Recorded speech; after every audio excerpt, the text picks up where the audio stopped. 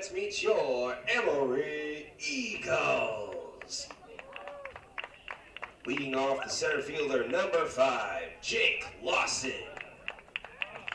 Batting second, the third baseman, number 31, Aiden Conley.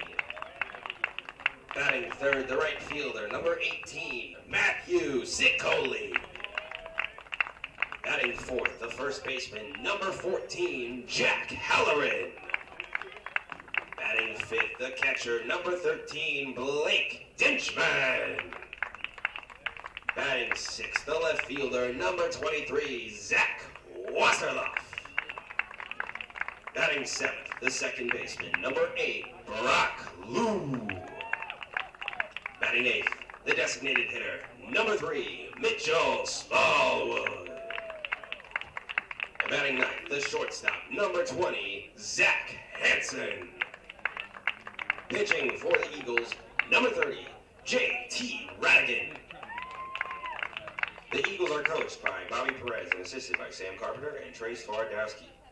The umpires for today's game are, behind the plate, Joel Green, and in the field, Jackie Houston. Now at this time, we ask that you please rise and remove your caps for the play of the national anthem.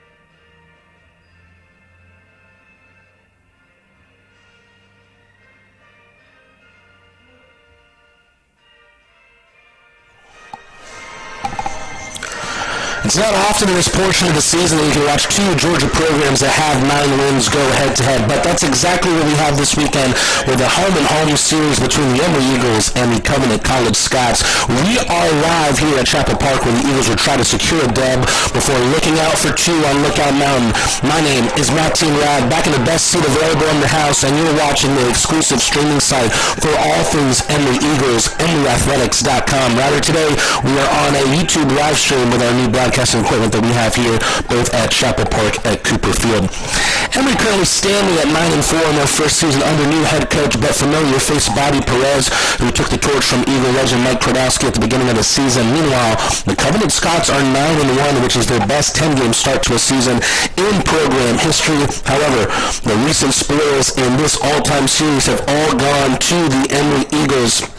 Let's take a look at the starting lineup deployed by Scott head coach Doug Simons in his 20th year as Covenant skipper. Starting leadoff, number 5 shortstop, Rodney McClellan.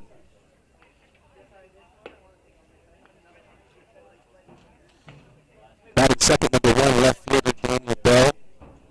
Batting third, number 16 third baseman Zeke Gilbert. Batting cleanup, number 11 first baseman Sam Cecil. Batting fourth, number 33 second baseman Benjamin Johnson. Batting sixth and catching, number 9 Hudson Couch. Batting seventh, the DH Josh McCaskill. Batting eighth, number 15 center fielder Elliot Easton. And batting ninth is right fielder number 4 Nick Jones. As for the Emory Eagles, they line up defensively as so. On the mound today, that man again, J.T. Radigan, catching is Big Benchman. At first, Jack Halloran. Batting second, rather at second base, Brock Lou. Shortstop, Zach Hansen. Third baseman, Aiden Conley. Your outfielders as so: left fielder Zach Wasserraff, center fielder Jake Lawson, and right fielder Matthew Sicoli.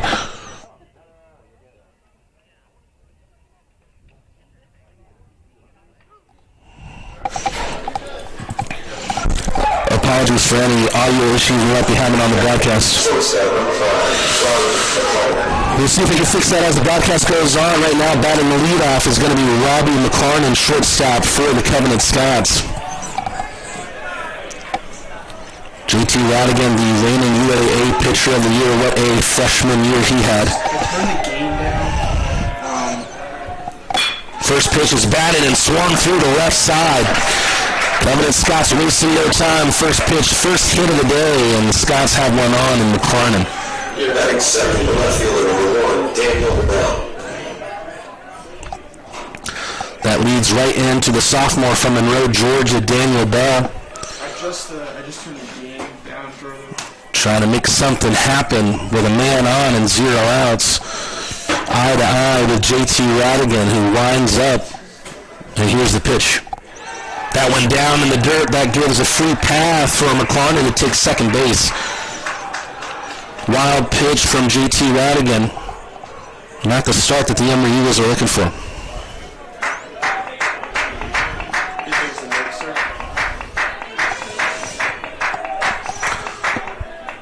Let's see if we can get back in the mix with this pitch. Radigan, quick peek at second before sending the next pitch towards home plate, and he gets a swing and a miss.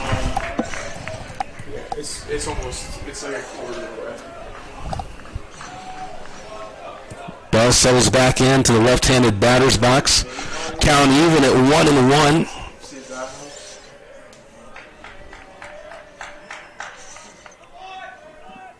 Radigan with the pitch, a little bit of dip on that one, but it dips below the plate and the count moves to 2-1.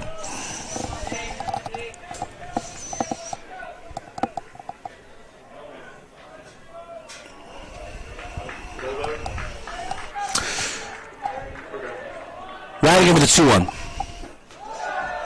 Another dipping pitch that goes below that imaginary square above the plate. Danger here, putting the first two runners on with a 3-1 count. Bell awaits the 3-1 pitch. Radigan finds a piece of the plate on the outside, and we got a full count. Runner in scoring position at McLaren. Bell tasked with trying to send him home. Here's the payoff pitch from Radigan. Swung on and missed. Good bounce back there from Radigan to get behind in the count and end up getting his man swinging. First man retired of this Covenant side, and up comes Zeke Gilbert. Man who's playing the hot corner today.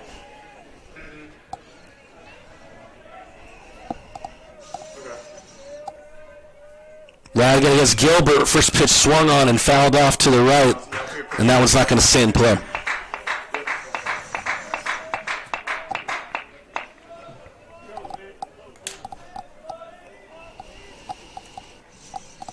Zeke Gilbert has been a big contributor this year. Currently batting .333, 1 home run and 7 RBIs. Good pitch from Radigan to just clip the outside of the frame. It's his first 0-2 count of the day. Let's see if he can make the most of it.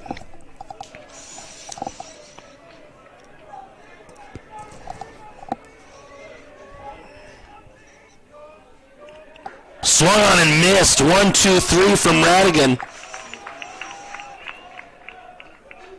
Didn't get the start that he was looking for with that first pitch hit given up against McLaren, and then the wild pitch sending him to second. But now he's put himself in a good opportunity to get out of this first inning with a runner in scoring position. Sam Cecil, the first baseman, has a .395 average in this early part of the year, 1 home run, 11 RBIs, a .968 OPS. That one just misses the outside corner.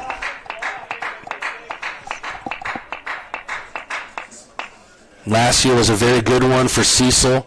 .350 average, 8 homers, and 45 RBIs. He led the team in both categories. Here comes the 1-0, a little bit ahead. Mind games at second base there, deployed by McLaurin, and then perhaps that worked out in securing the 2-0 count for Cecil.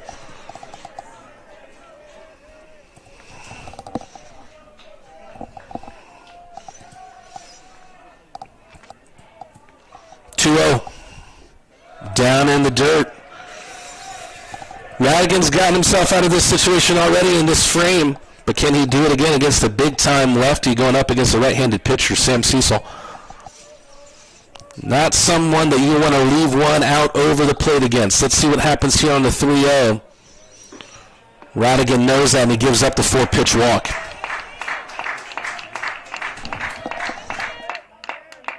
The second baseman, number 33, Benjamin Johnson. Maybe a little lower. Up comes Benjamin Johnson, the second baseman. He leads this Covenant team with a .439 average. 4 home runs and 16 RBIs over 10 games. Not a bad start for Benjamin Johnson by any means. But how about the break on that pitch from Radigan to start off Johnson? 0-1. Slid from inside the zone to striking the zone. Then he goes for the heater. It's clipped down into the home plate. 2 men on, a 0-2 count. Radigan with a chance to face the Flames and come out unscathed. Let's see what he does here.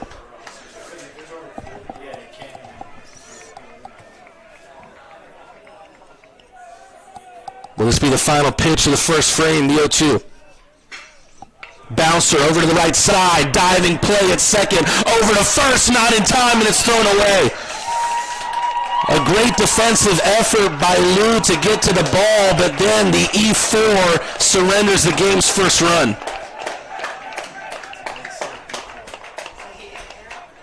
Hit and a throwing error. So 1 hit and then 1 error. So it's going to go down as a single as Johnson was able to leg it out, but still the error from Lou is what made the run happen. So a hit but no RBI for the hot-hitting second baseman.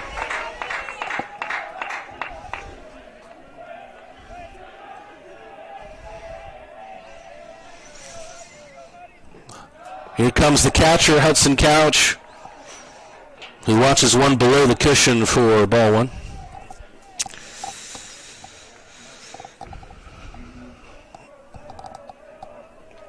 Radigan so close to getting out of it. Count was 0-2. All Johnson had to do was put it in play. And the bounce of the ball did the rest.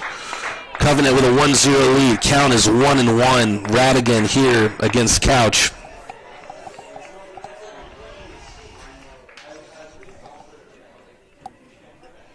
There is danger all up and down this Covenant lineup.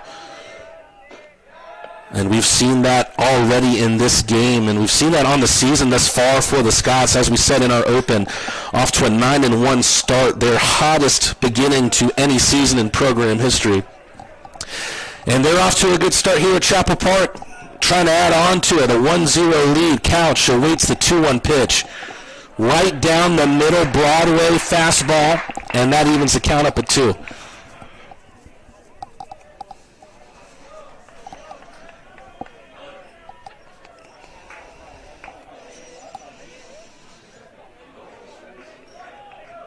Radigan's felt the burn, but he might be able to stop out the fire here. The 2-2, that one just low, and Radigan wanted that one bad.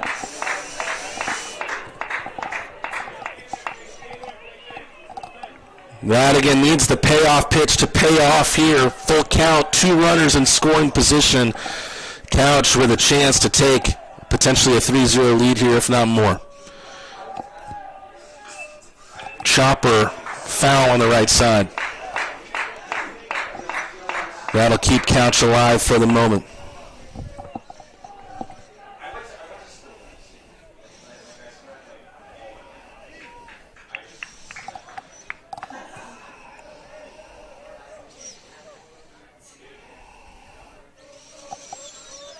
Another full count pitch. Misses outside, and that'll fill the bases up for the designated hitter, Josh McCaskill. Second walk of the frame for Radigan. And the seventh hitter up in this lineup is McCaskill.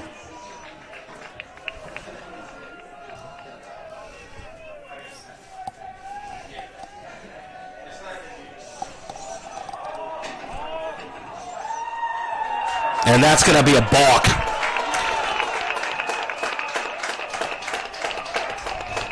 Disappointment in the body language of Radigan as the balk will give up another run.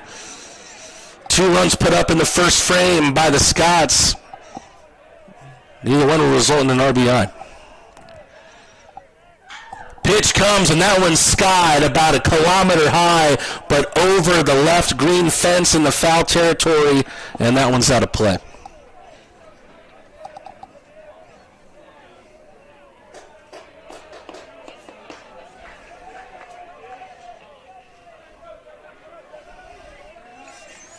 The balk was able to bring Sam Cecil around, but now there's an 0-1 count.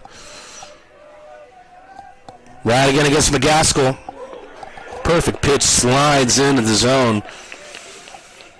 But the 0-2 count has not been a friend to Radigan yet in this game. McCaskill, a big old boy at 6'3" from Cairo, Georgia. The senior awaits the sophomore's pitch. Here comes the 0-2. That one comes inside. That one hit and blasted into the parking lot left field. That hit someone's Miata, I think.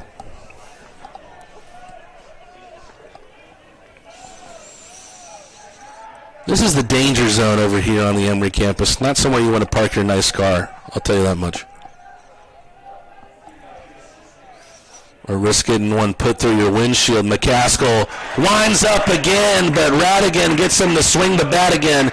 And we go into the bottom of the first, but not after the Covenant Scots have been able to take a 2-0 lead off of 2 errors by the Emory Eagles. We go to the bottom of the first. Scots lead 2-0.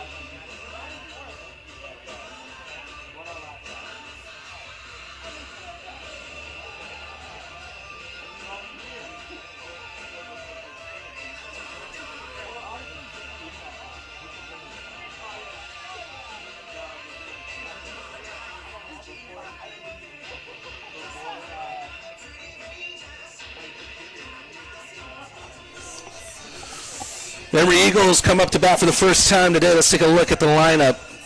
Batting leadoff, Jake Lawson in center field. Batting second, the third baseman, Aiden Conley. Batting third, Matthew Sicoli, the right fielder. Batting cleanup, that man, Jack Halloran. Batting fifth and catching, Blake Dinchman. Batting sixth, left fielder, Zach Wasserloff. Batting seventh, the second baseman, Brock Liu. Batting eighth and DHing is Mitchell Smallwood. Batting ninth, the shortstop, Zach Hansen.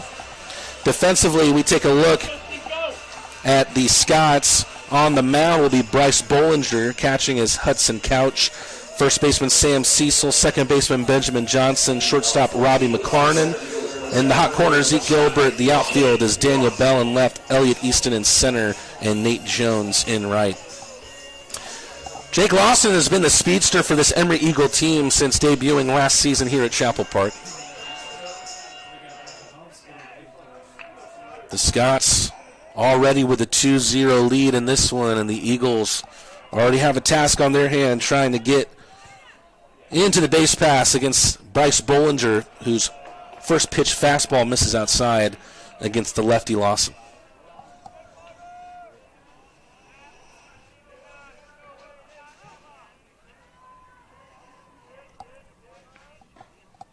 He gets back into the count, making it 1-1.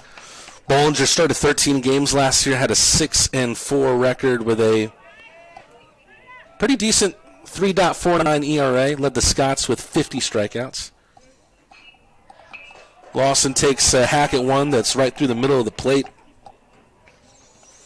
That makes the count 1-2.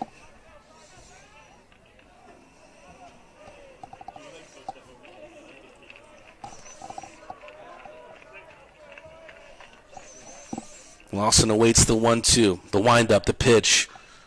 Bouncer, right side foul. Lawson's already had some highlights here in the 2025 season. Currently ranks 9th in the nation and first in the UAA with 6 doubles. He's tied in that category with Jack Halloran. Less than a week ago, he went up against Middlebury. Went 1 for 4 with a run scored and an RBI.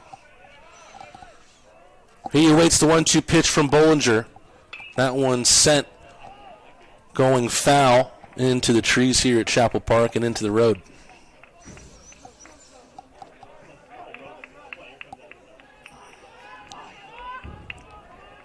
Already a good start to the day for Bollinger, who hasn't had to record an out yet, but his team's gone out and gotten a 2-0 lead.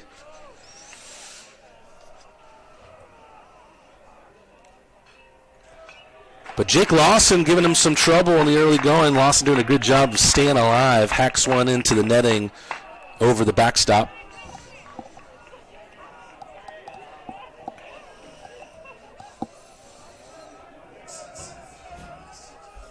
Nice clear day here at Chapel Park. That one just meanders below the strike zone. Good eye from Lawson to even this count up at 2-2. Bollinger with a 2-2. Hacked at, sent foul once again.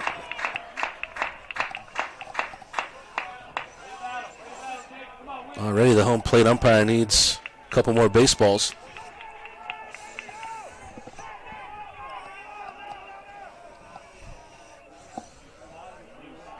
Good battle to start out this frame. Bollinger against Lawson. Let's see how it ends up.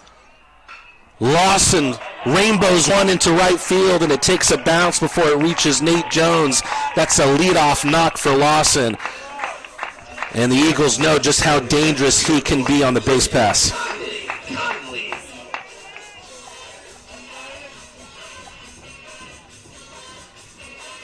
Aiden Conley has had a great start to his year thus far. Another lefty to go up against the righty Bollinger.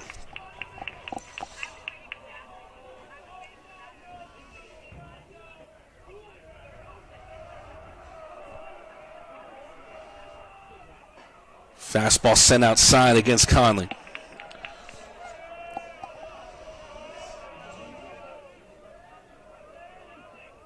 Conley, a very accomplished singer, and that's actually something that we saw last year.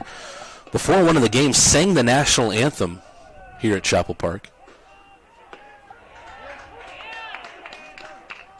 He'll take the strike on the outer pane of the frame and a 1-1 count.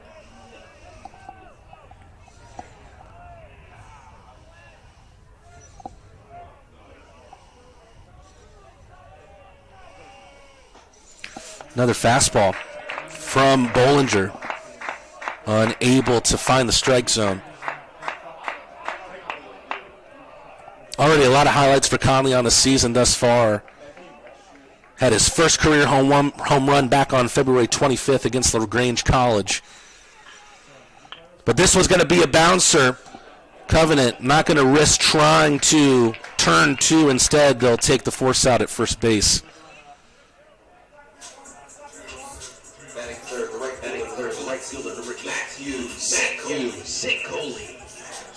Conley with the 3U sends Lawson into scoring position.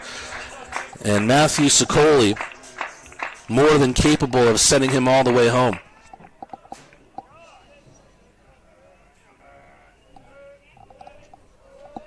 Sicoli, someone who has baseball in his blood. His father, Anthony, played collegiately at University of Penn and has to play dodgeball instead at the beginning of his at-bat.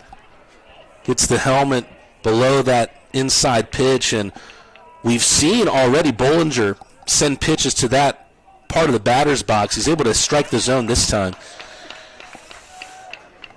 He's been started off with two lefties, so it'll be interesting to see how he fares against the righty.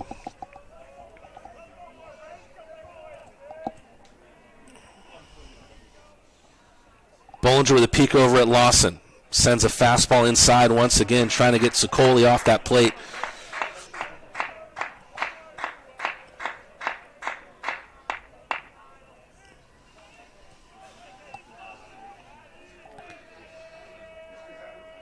The 2-1 pitch is a curveball that hits the zone. Right now, that's been Bollinger's best pitch in his mix thus far.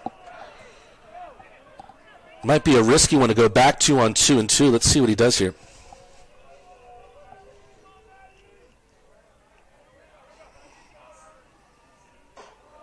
Instead, he goes with a heater back inside. And things become interesting with a full count. Runner in scoring position in Lawson. Anything that reaches the green in the outfield will likely score him. Sicoli awaits the 3-2 pitch. A curveball inside, and that'll be a walk.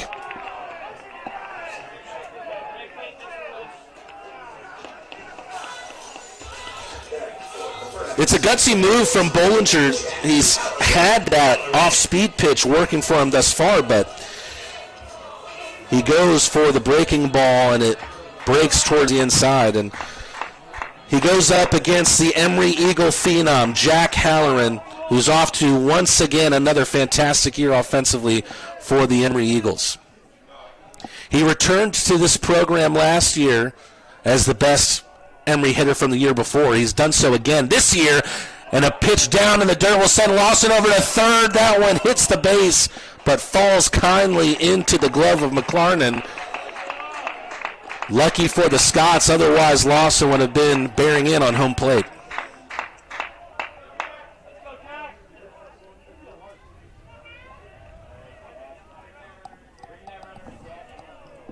That one's going to go down as a wild pitch and a 1-0 count for Halloran. Not someone you want to give a hitter's count to. Already has a .395 batting average with 3 home runs. It's becoming difficult to keep count of how many Halloran has sent over the outfield fence here at Chapel Park. But we wonder if Bollinger even wants a piece of Halloran, a 2-0 count. 2 runners in scoring position, Halloran with an early chance to tie this game with 1 out. Another breaking ball that curves like a rainbow inside on Halloran. Doubt Halloran has a green light here, but if a pitch is his, he has a chance to get a handle on it and send it long. Back to the breaking ball once again for Bollinger. Finds the zone this time.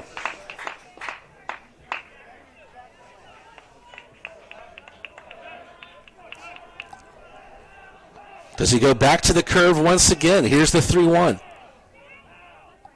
That he does, but it curves a little too low. And the bases are going to be juiced for the hard-hitting catcher, Blake Dinchman. The catcher, number 18, Dinchman. Lawson at third, Sicoli at second, and Halloran at first.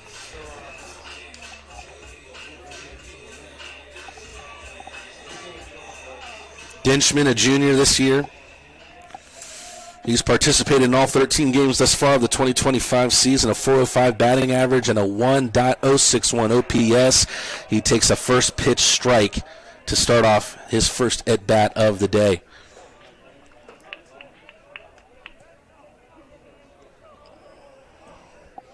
Dinchman very adept at waiting for his pitch, which he finds here and sends into center field. One run's going to score in Lawson. Sokoli gets the green light initially, slips in the third base path and sends back to third. That quick stoplight put on him, and Sokoli with a slip, but he's able to keep things loaded here as Dinchman strikes one back with a single into center field.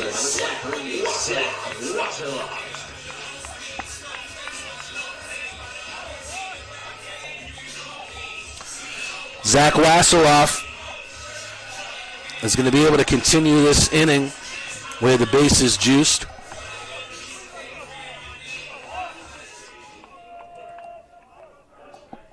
Some early trouble for both of these pitchers thus far.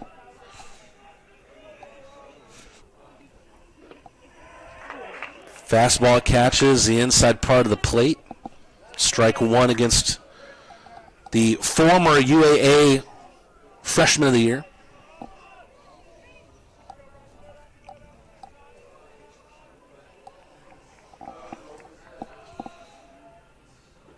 Back to the curveball. Strikes right in the middle of the plate.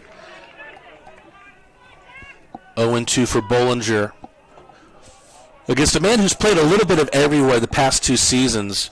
He came into last season as a shortstop, getting deployed today as a left field. 0-2 a fastball. Chance to turn two here. One at second, over at first, and Wasseroff is able to beat it out and score a run in the meantime to tie this game up at 2. Wasseroff safe on the fielder's choice. Brings home Sokoli.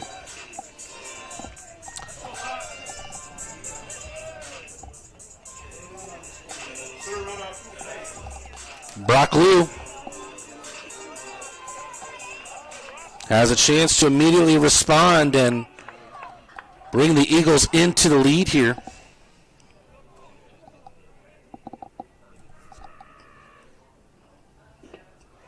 First pitch, and we're starting to see Bollinger rely a little bit more on the fastball. Perhaps hasn't found, the command has been wishy-washy. When it's on the curveball, it's on, but when it's not, it's usually hanging a little bit inside on these right-handed batters, which we see there. Runner going, they'll try to get here in the mix-up, and a run will score in the meantime. And coming all the way towards third base and bearing down and sliding is Wasseroff at third. Good bit of mind games from the Emory Eagles to take the lead here, and Wasseroff won't stop at second either.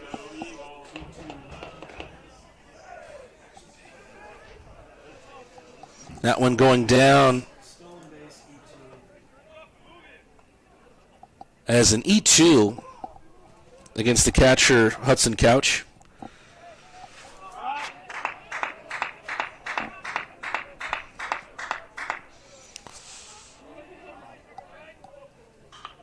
That one popped up. This one's going to stay in the diamond, but who's going to call who off? The third baseman over Zeke Gilbert, who makes the catch and is able to cauterize an early wound. We're in for a high-scoring game today. If the first inning is any marker of that, right now a 3-2 lead for the Emory Eagles after the first inning.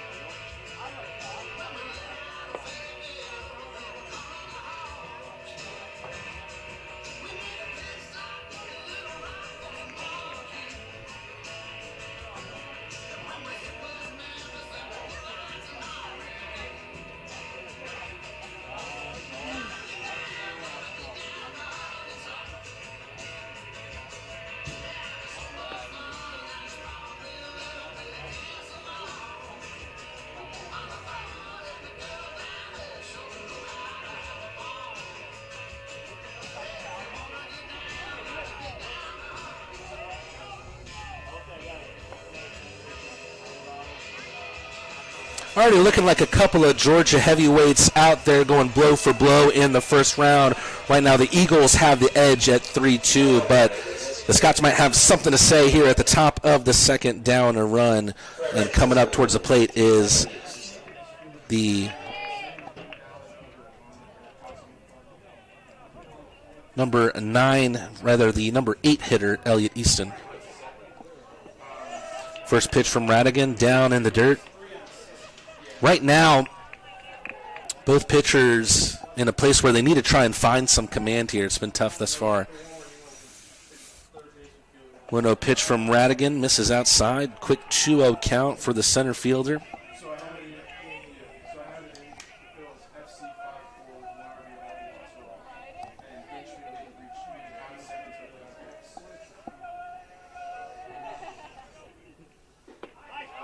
Able to find that outside corner with a fastball. Count moves to 2-1.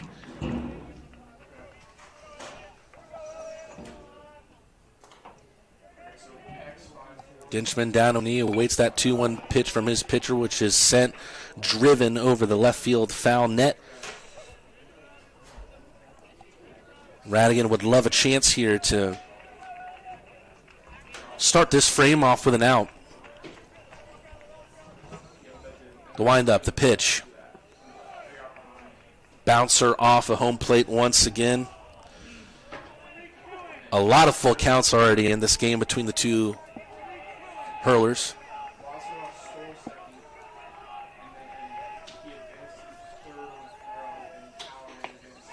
And a leadoff walk.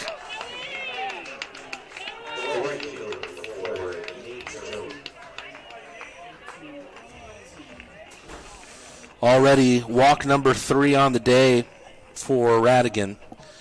And the 9-hole hitter, Nate Jones, up to hopefully continue that trend if you're a Covenant fan watching.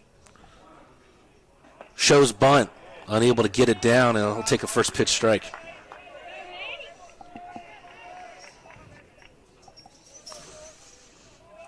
Jones, a freshman, graduate of Whitfield Academy, Atlanta native. Shows bunt once again. Dinchman has to sprawl out to his right to keep that one in play.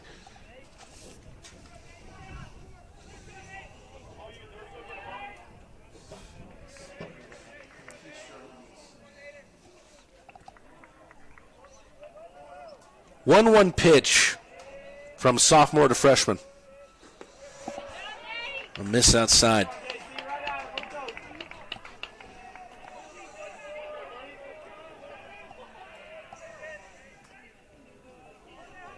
Jones didn't flash the bunt on the third pitch. First time he didn't do so. Big lead at first. Fastball needs to be ducked there by Jones. Able to adjust the body and secure himself a 3-1 count.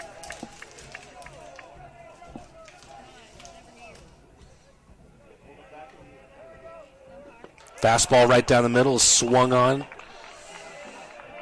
2 consecutive full counts to start this second inning.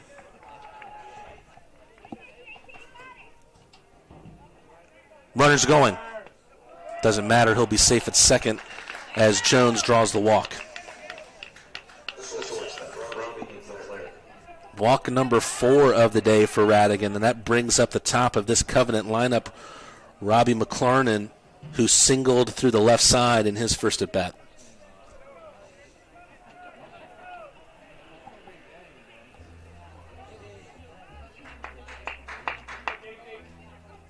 Meeting of the minds out here on the mound for the Emory Eagles, as Sam Carpenter, pitching coach for the Emory Eagles, comes out to talk with his guy who was the UAA Pitcher of the Year. And he's not someone who would have been chalked to win that award at the beginning of the season. I mean, coming in just as a freshman.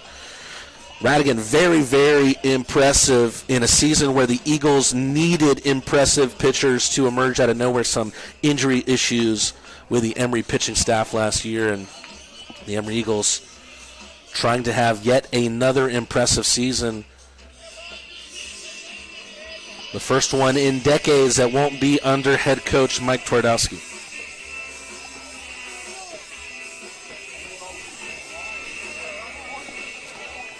Two runners on, no outs. Robbie McLarnon already 1 for 1 on the day.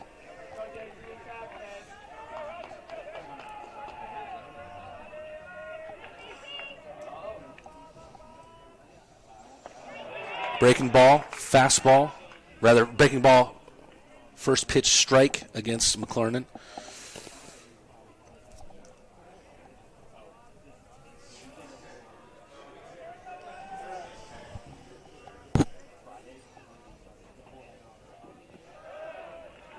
Next pitch down in the dirt, and Dinchman has done a good job at getting his body in front of these pitches that have gotten away from Radigan.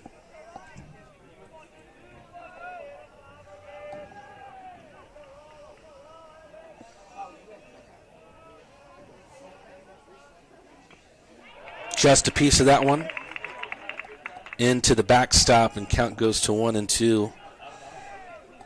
Pitchers' counts have been rare for Radigan thus far. He would love a chance to take advantage of one here. The 1-2 pitch. Hacked at. McLarnon brings out the sword. Becomes the first strikeout victim of the inning. And strikeout victim number 4 on the day. The first one of the day was Daniel Bell, who's back up for another bite at the cherry.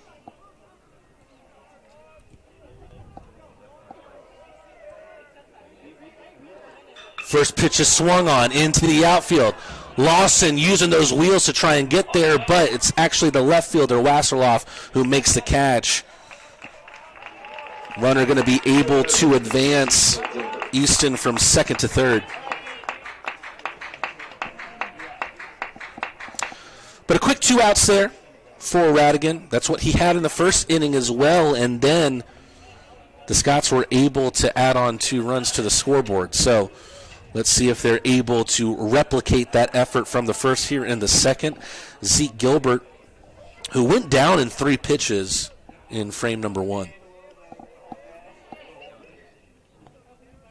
First pitch is sent sky high in the left field, a couple steps behind him, and securing the ball in the glove is Wasserloff, who stays busy over 2 consecutive hitters. Radigan, a little fear there with a couple opening walks, but he's able to keep the Scots off the board for the first time today. We go to the bottom of the second. Eagles lead 3-2.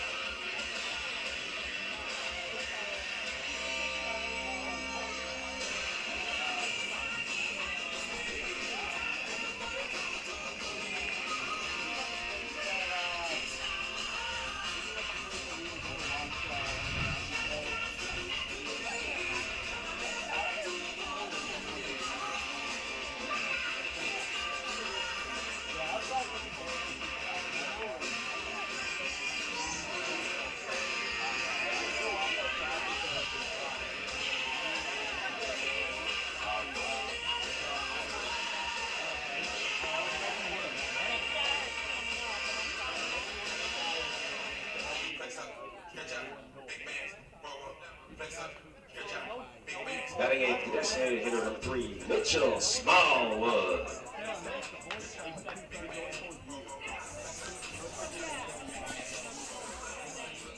The Eagles were able to secure the first scoreless frame of the day in the top of the second. Let's see if they can add on to their 3-2 lead in the bottom. Mitchell Smallwood leads things off. Could this be potentially a one-pitch hit for him? No. Great recovery speed there in center field from Elliott Easton. One pitch, one out for Bollinger, and up comes Zach Hansen, the shortstop. Number 20, Zach Hansen. A little bit of a retro vibe for Hansen on the walk-up song.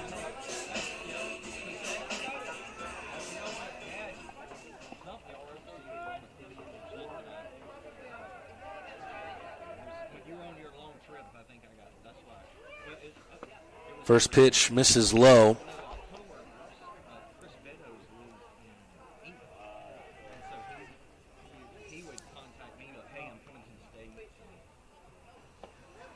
But Bollinger gets back into the count with a strike on the outside part of the plate. Hansen appeared in 11 games. Last year he started 5 of them. Had a .316 batting average.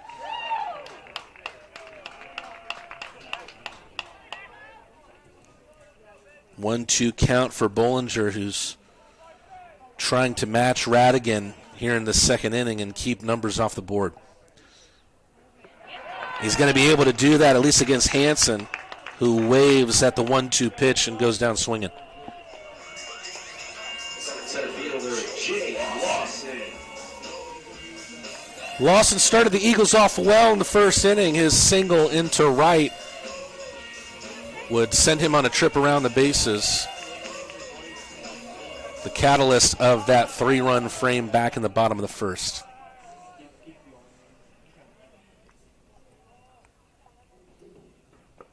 Fastball sent right over from Bollinger's head to right over home plate.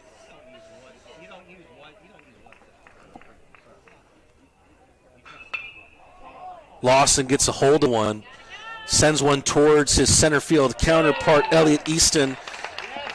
And down they go, the Eagles 1-2-3 in the second. Scoreline stays where it is, and Emory leads 3-2.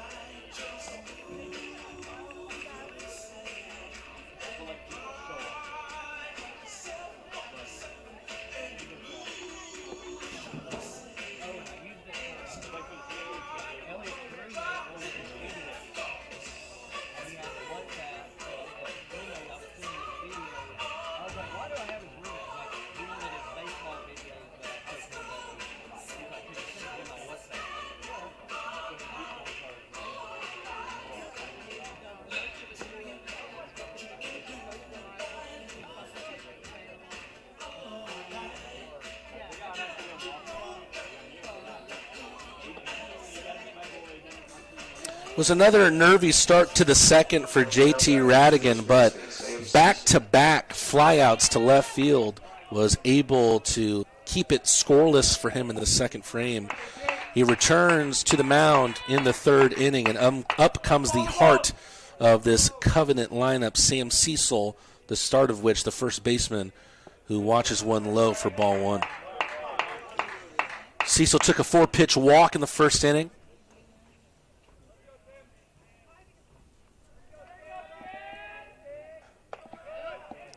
He's well on his way to repeating that feat here in the third. Cecil has done a great job of keeping his batting average at .350 or higher from last season to now. Came into today with a .395, posted a .350 last year. and he has watched 7 straight pitches outside on the day thus far.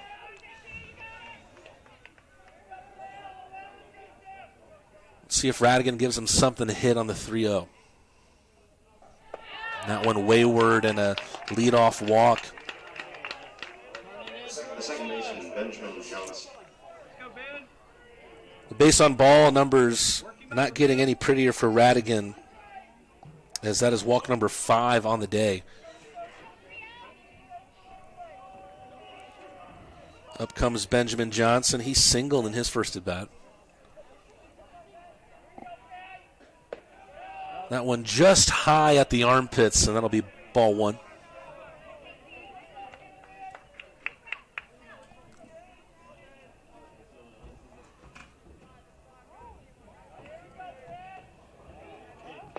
Fastball right down the middle, hacked at. First strike of the inning for Radigan. Looks like there's some activity stirring in the Emory bullpen. We'll get you updated on that. 1-1 pitch inside, misses ball 2.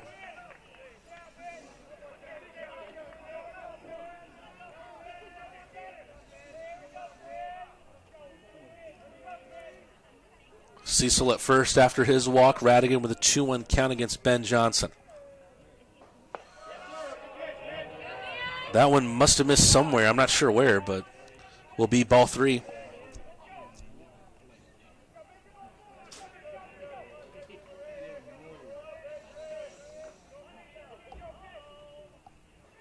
Radigan misses over the helmet of Johnson. Walk number 6 and 2 consecutive to start this third inning.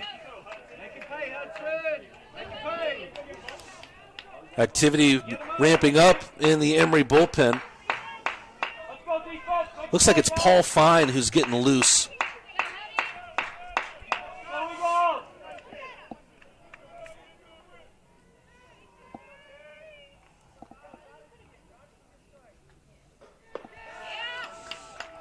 Fastball outside on Hudson Couch, the catcher, who's up for the second time today. And sometimes when a pitcher goes over and sees that there's something happening in the bullpen, that's when they start to bear down. Hopefully that's what Radigan can do here.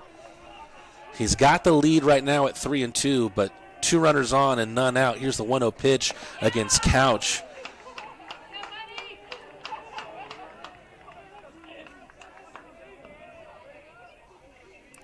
"11 pitches so far from Radigan in this inning. 10 of them have been balls. Needs to get back into the count here. The 2-0 pitch.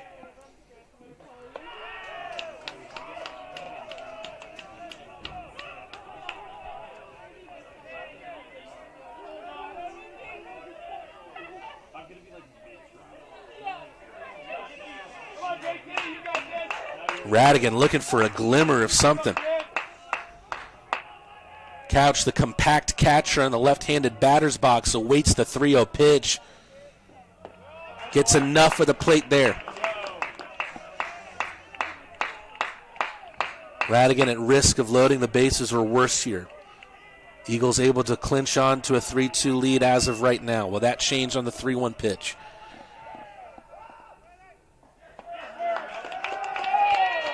Radigan, it has to be said, also been a little unlucky with some of the calls at home plate. We had that one earlier where we said that one missed somewhere, and that one kind of takes those same words out of my mouth. Either way, Josh McCaskill, who struck out on 3 pitches in his first at-bat, has a chance to make amends with the bases juiced here. 3 walks to start off this third inning. Dinchman up to talk with his sophomore pitcher.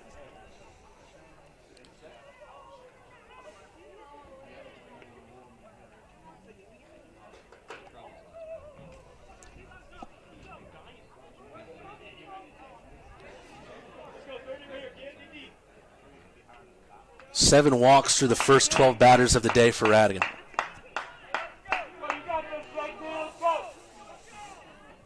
Looks like they're going to give Radigan McCaskill at the very least.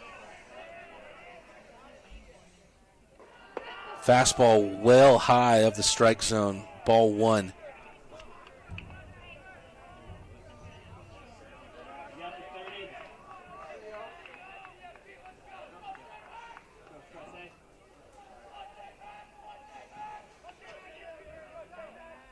The 1-0 pitch.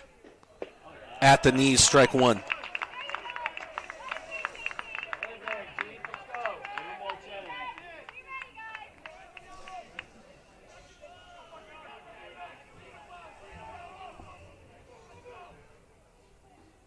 Waved at.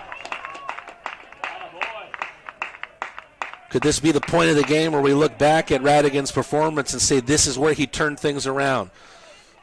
Still 0 outs, bases full against McCaskill. The 1-2 pitch is swung on and missed.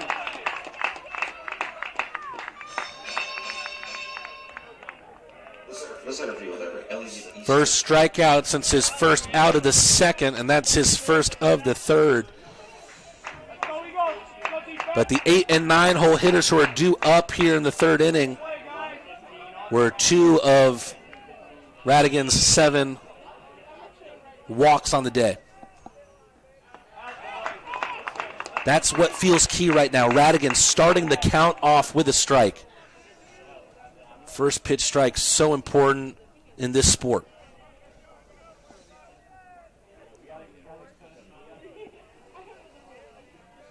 The 0-1 against Easton. Looking for the same spot, just a little bit more outside.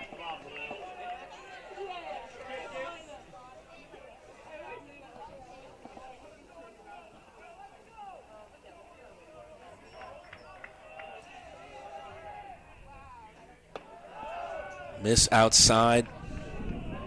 Radigan trying to make the outside pane of the frame against the left-handed hitter, his friend. It's been a love-hate relationship thus far. Here comes the 2-1.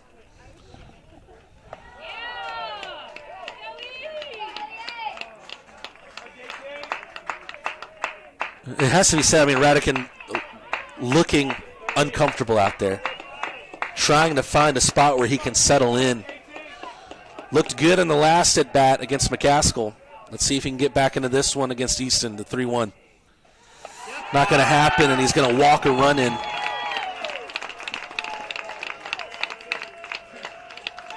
The right fielder, Nate Jones.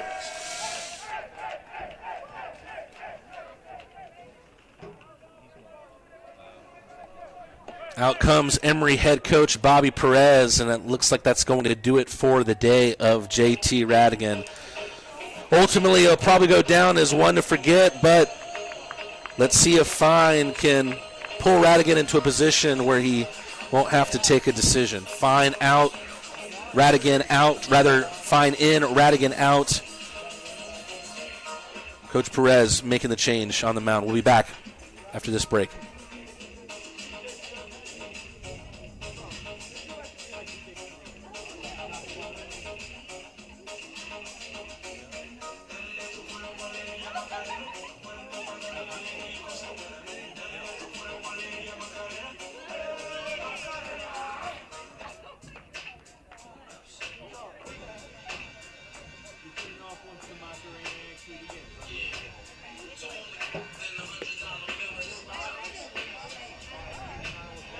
Your attention now, pitching for the Eagles, number 1, Paul Fine.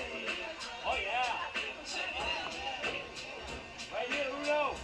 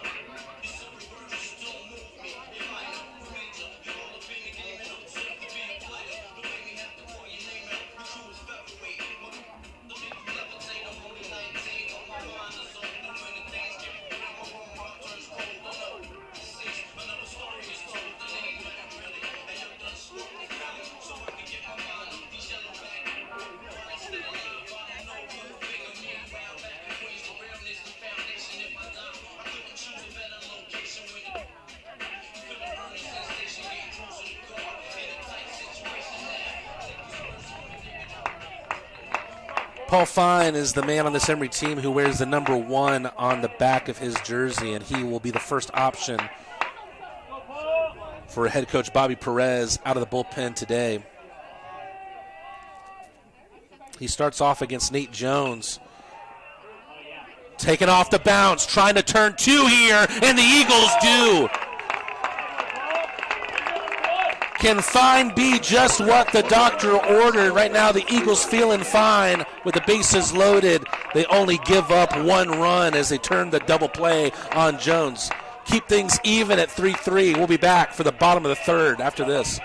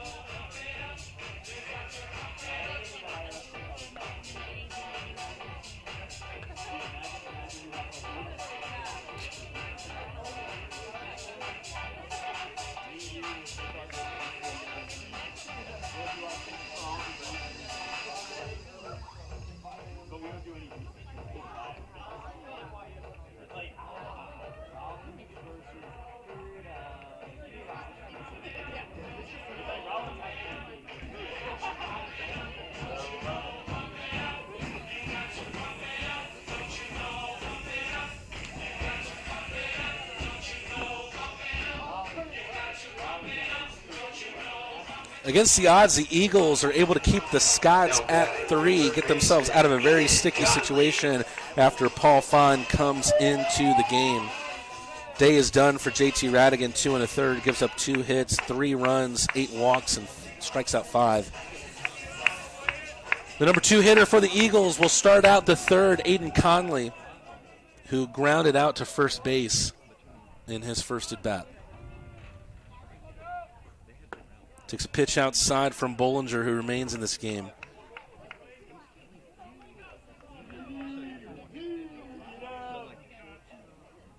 Bollinger peers out over the webbing and sends the 1-0 towards the plate. Catches the inside of it and evens it at 1 apiece.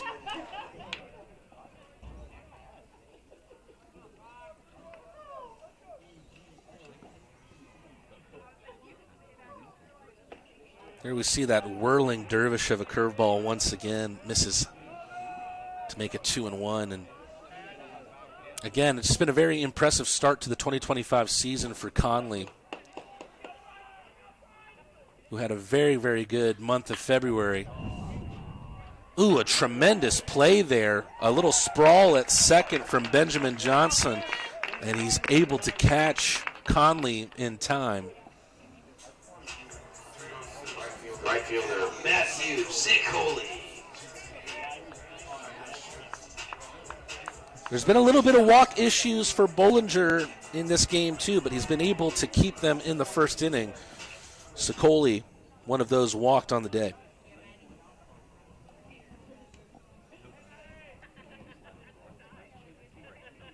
First pitch, swinging strike against Sicoli, and perhaps Bollinger knows where the danger comes from in this Emory team. The 2 walks came back-to-back against Sicoli and Halloran.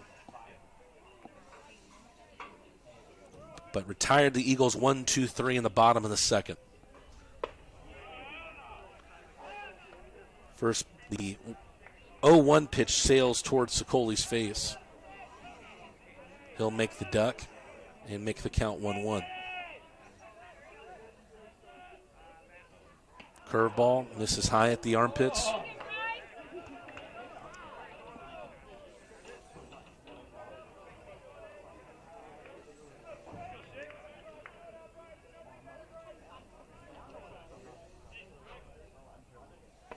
Back to the curve, and there's not much you can do with a pitch like that. Sicoli wants confirmation of where it hit the zone.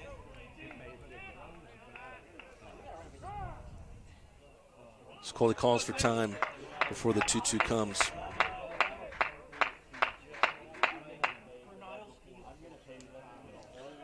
6 consecutive hitters retired by Bollinger. But he's not going to be able to make it 7. Poked out over the first baseman by Sicoli. He's thinking about second, thinks better of it, and heads back to first. First baseman, Jack Halloran.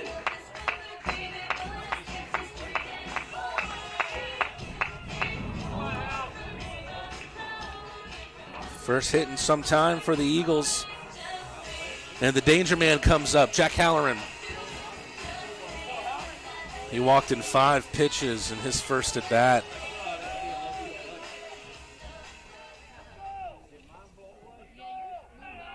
Jack Halloran keeps those knees bent, keeps the hands in, and awaits the first pitch from Bollinger. Paints the outside, strike 1.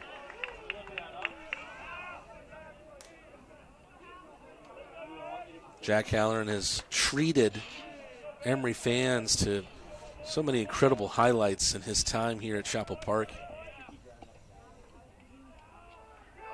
Runners going. Sicoli bursts on the breaking ball.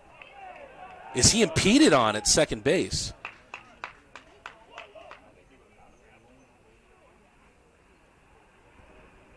Almost looked like he was held there a little bit by Benjamin Johnson.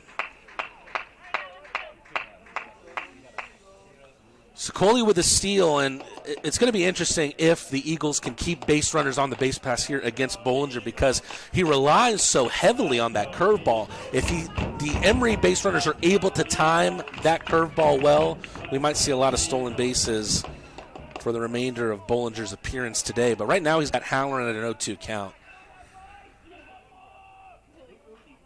Halloran with a chopper, foul.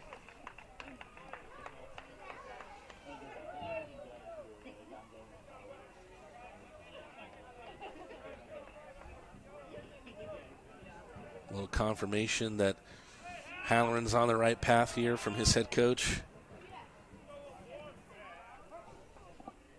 And we'll redo the 0-2. Here comes the pitch from Bollinger. Fastball lifted over the press box here at Chapel Park.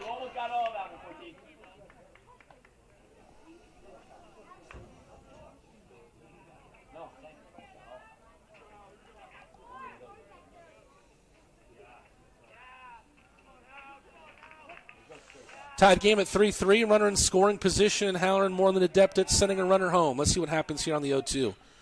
Another chopper through the left side. The Scots are going to be able to hold Sicoli at third, but only for so long as they get Halloran at first.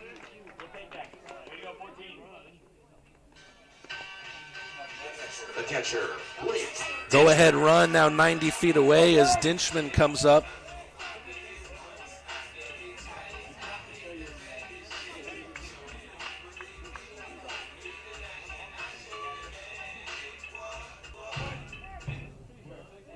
He has one of the 4 RBIs that's been gathered by the total of 2 teams today. Thinks better on that pitch, but takes the 0-1 count.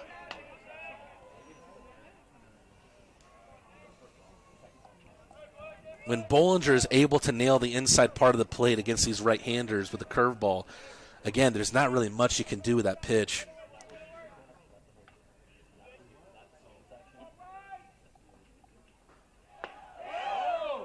Tries to go for it again, and Bollinger saying that one didn't miss by much.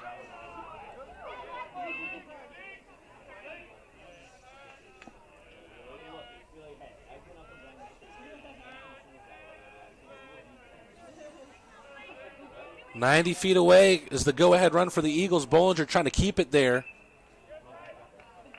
Dinchman sends one towards that go-ahead run. Dinchman towards Sicoli at third, but that one sent foul, and now Bollinger just a strike away.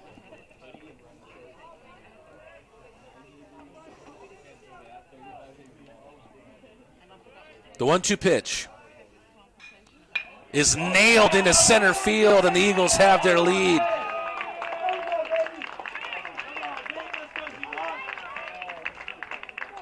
Blake Dinchman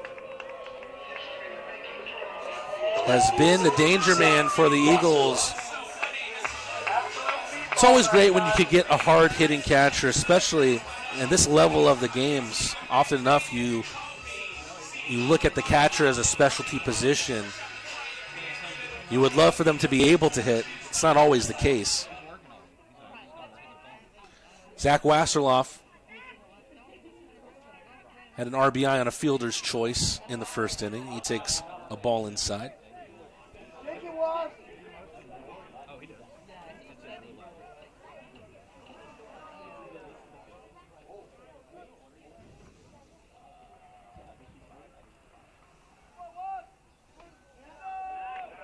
Some bite on that breaker, but misses outside.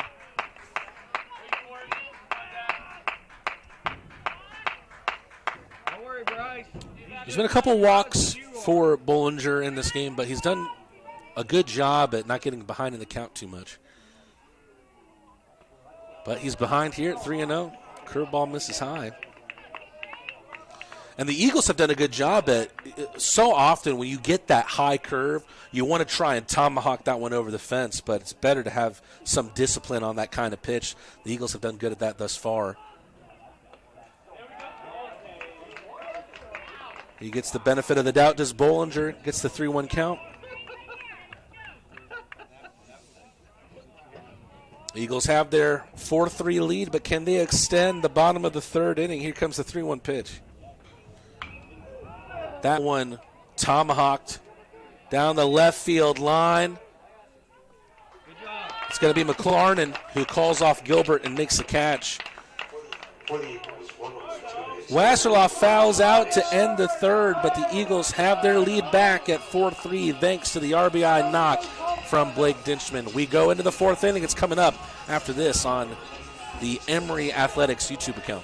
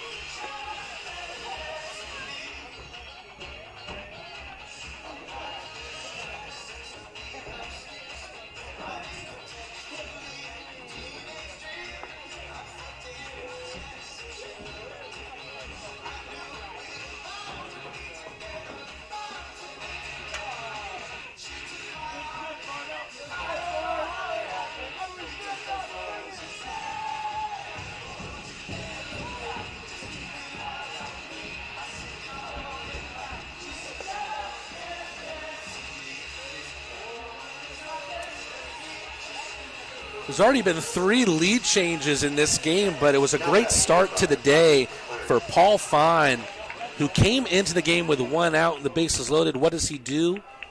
He's able to turn the double play, or rather prompt the double play from his infield, and now he starts the 4th inning with a 4-3 lead to the Eagles.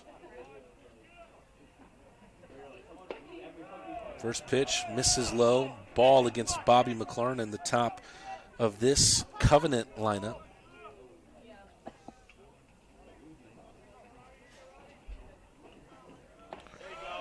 Fine back into the count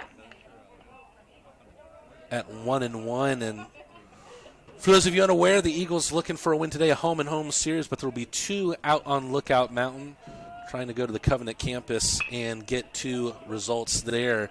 Meanwhile, Fine gets his first out of the 4th as McLarnon rolls one to Brock Liu at second.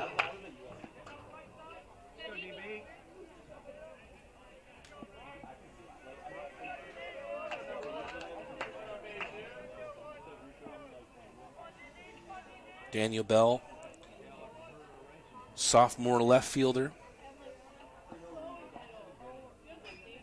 Drills one down the left field line and into the pine straw, foul.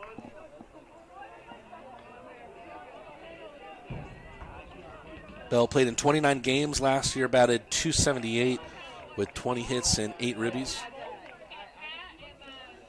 He's been instrumental in the Scots' strong start to the 2025 season. Try saying that 5 times fast. That one whirls in on Bell and misses high at the same time. An interesting pitch, though, from Fine that Bell just didn't bite on.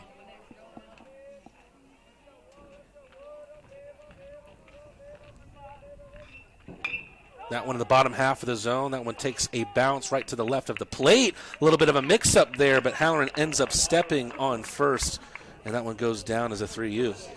That one could have been near catastrophic there if there was a collision there between Fine and Halloran. But the Eagles in line here for their first 1-2-3 frame of the day as Zeke Gilbert, who's 0 for 2 with a strikeout and a flyout to left, comes up into the right-handed batter's box in search for his first hit of the day. Not the kind of hit he was thinking of, though.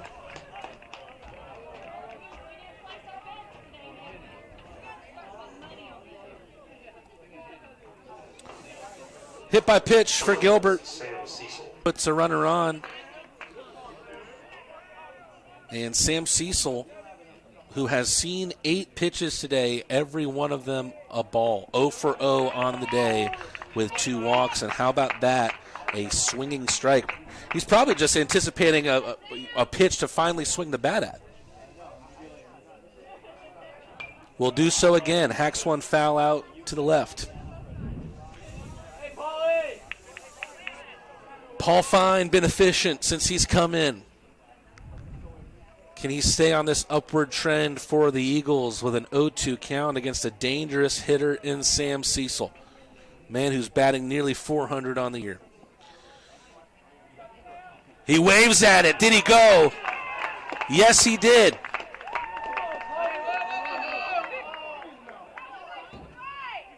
And they say he didn't swing. Cecil takes a clear hack at it. Everybody just kind of looks at themselves, expecting it to be strike 3. A moment of confusion there for all parties involved, including myself.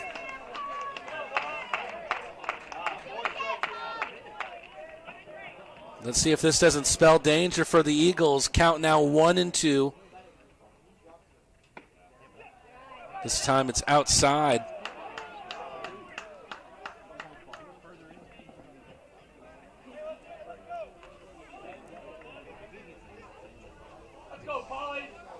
Count now even at 2-2. Runner at first. 2 outs. Scott's down by a run. Perhaps ball doesn't lie. Fine finally gets the strikeout he's looking for against Cecil. His team out to give him the congratulations.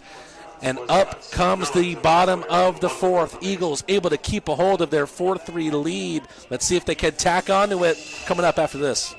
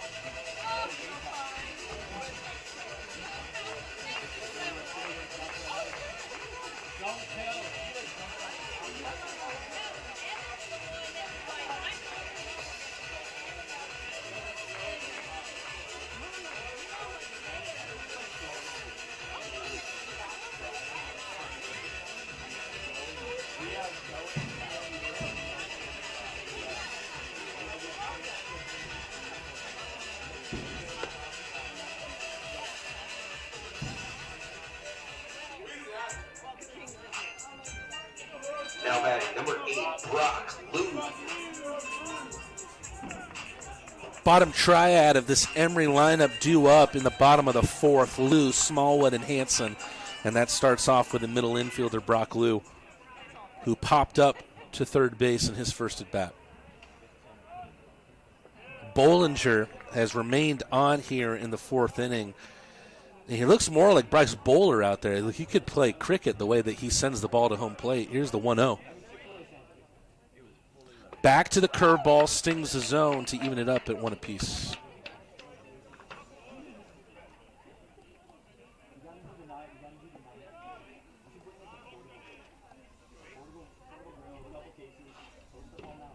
Those curveballs that Bollinger possesses in his arsenal, the kind that will just freeze your digestive system if you're at home plate against him.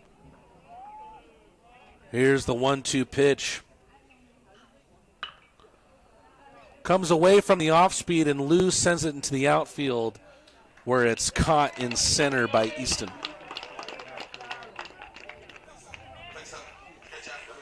Number 3, Mitchell Smallwood. Been 3 lead changes in this game. The Eagles were able to take one again at 4-3 thanks to the RBI knock from Dinchman in the third. Mitchell Smallwood flew out on the first pitch to left in his first at bat.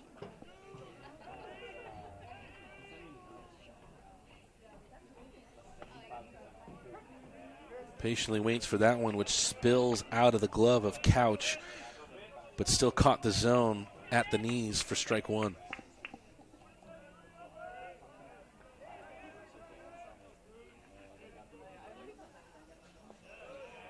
Next pitch is down in the dirt.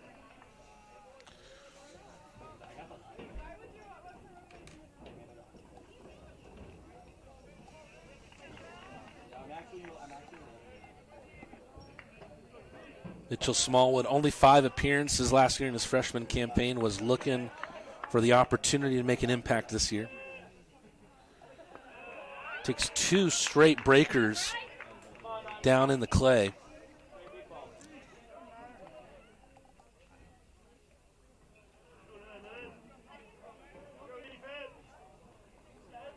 Looking for his first hit since February 25th at LaGrange.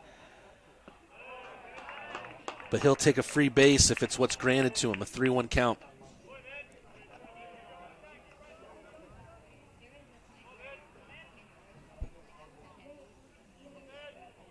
The windup, the pitch. Good velocity put into that one as it rolls up into the midsection of Johnson. We'll see how that one scored. Number 20, Zach Hanson. Going to go down as an E4 against Benjamin Johnson.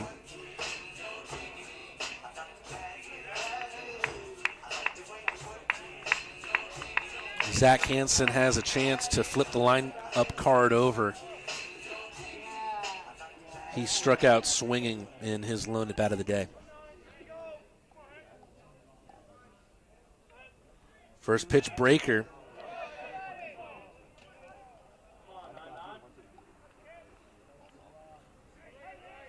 Smallwood 2 for 2 on stolen bases here with the curveball, so much a part of Bollinger's mix. We'll see if he runs here.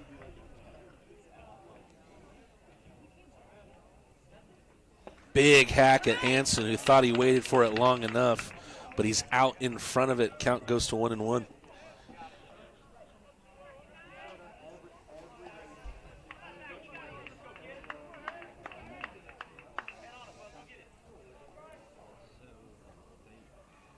Fastball misses high. Smallwood a little bit too big of a lead to make Couch comfortable. He sends a throw down the line, and now Smallwood over second base, over to third. Throw comes in time.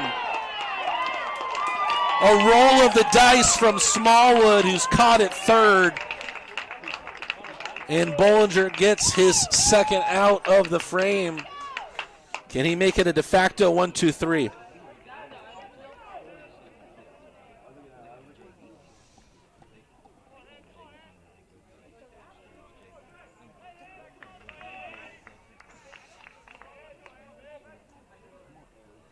Bollinger with a 2-1 count against Hansen. He can move back from the windup. Curveball misses outside.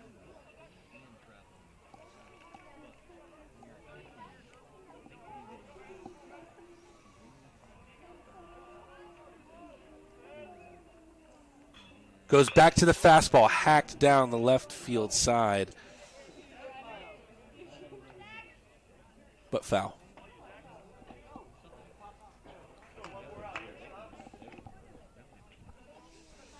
Full count, 2 outs. Eagles up by a run. Bollinger looking to keep the Scots in striking distance. Bouncer towards second.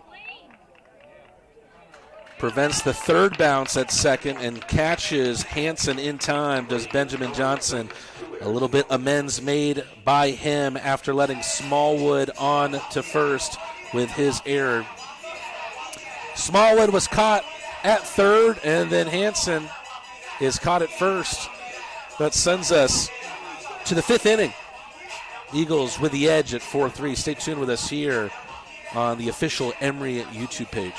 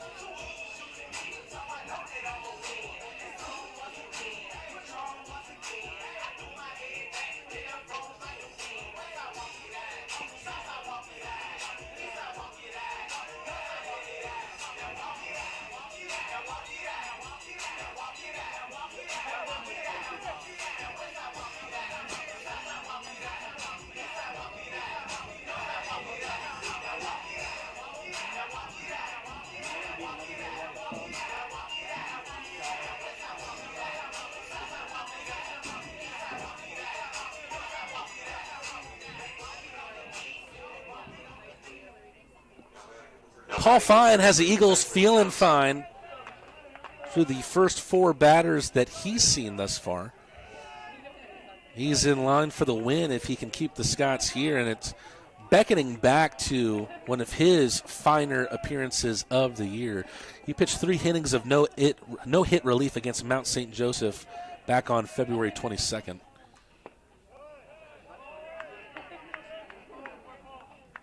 He starts out the Scots with a fastball inside for ball 1. Benjamin Johnson, who ended the 4th inning with his defensive play, has taken 2 straight balls here.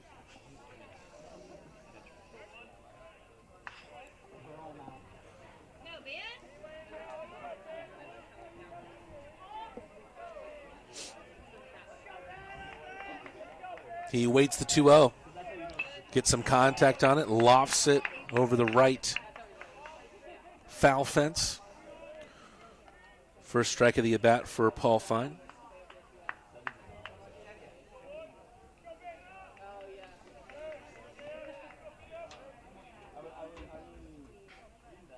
Bouncer heading towards the middle, unable to field it cleanly as Hansen dribbles over to Lou. It's going to be an interesting call for the scorekeeper. It would have been a close play at first. But it looks like that one's going down as an E6.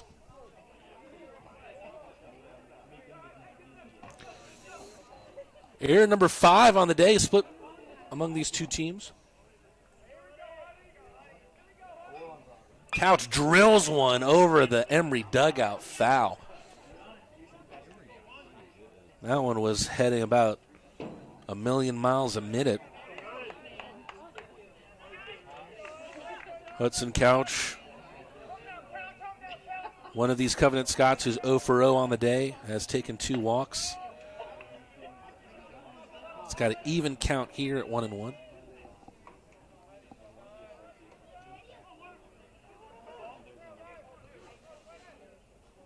Johnson running. A little bit of hit and run. They're going to be able to advance. Halloran with a flip over to Fine, and they get their out.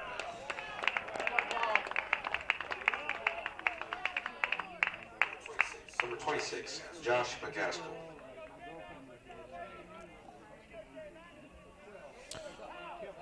McCaskill is the only Covenant Scot with 2 strikeouts on the day. However, both of them came against JT Radigan, interestingly enough.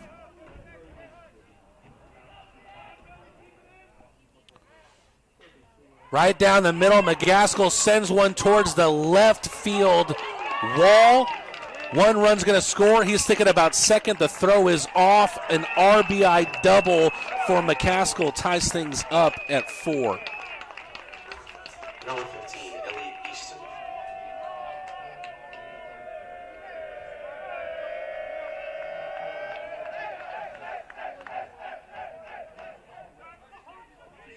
The error never leads to anything good, and it leads to the tying run from the Eagles' perspective. And Elliot Easton comes up to bat here. Ooh, that one deflected off the bat of Easton right into the mask of the home plate umpire.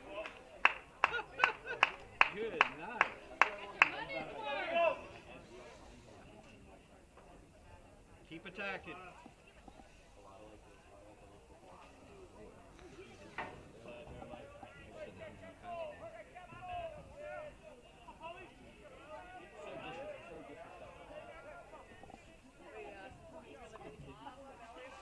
Fine. Catches just a piece of the zone. Count goes to 0-2.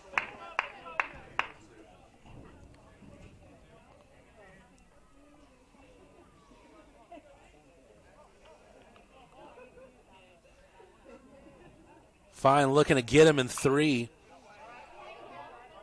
An evasive swing, but he stays alive, does Easton. Easton 2 walks and an RBI because one of them came with the bases loaded.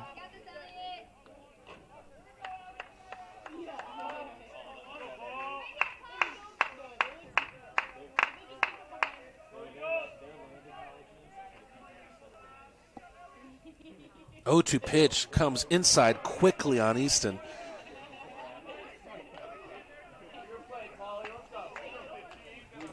A 1-2 count for Easton against Fine.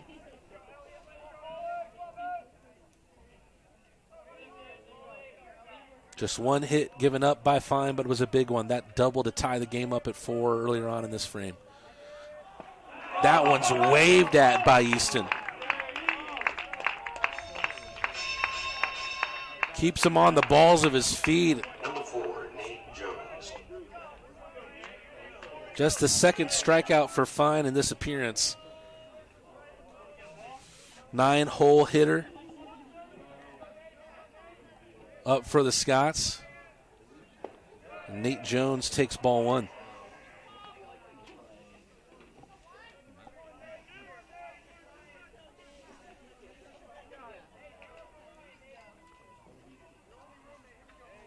Jones was the first hitter that Fine saw. Fine came into the game with the bases loaded. Radigan with some early game struggles. Fine comes in to try and put out the fire. Bases loaded, 1 out, and Jones is provoked by Fine to roll into the double play. Does Jones get the last laugh here? He just might. That one's sent long in the left field, and that one is off the top of the wall. 2 RBI doubles for the Scots, and this time the Eagles won't get out of this inning scot-free. Now it looks like they're trying to make an argument here, the Covenant Scots, that that one was not off the top of the wall, but off of the foul pole. 2 umpires convening here.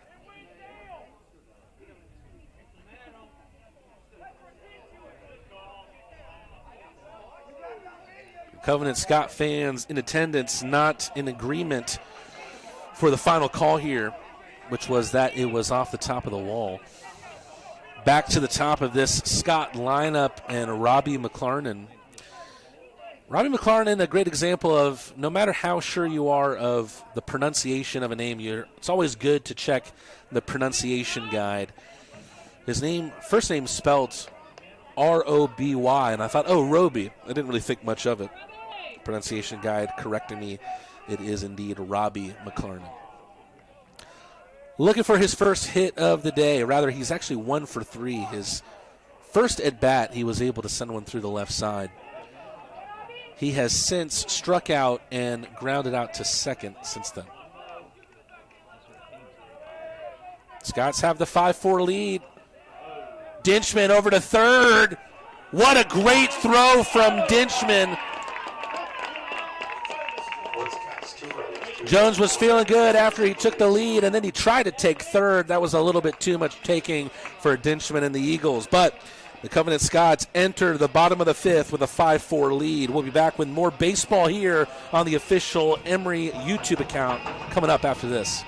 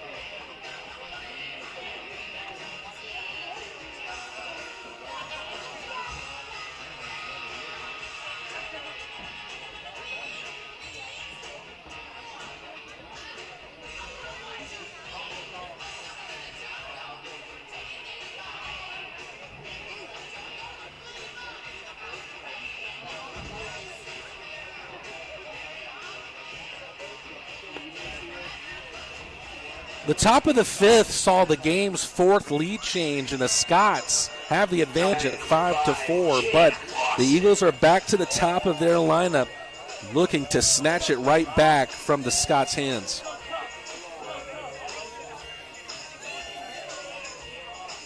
Bryce Bollinger remains in this game.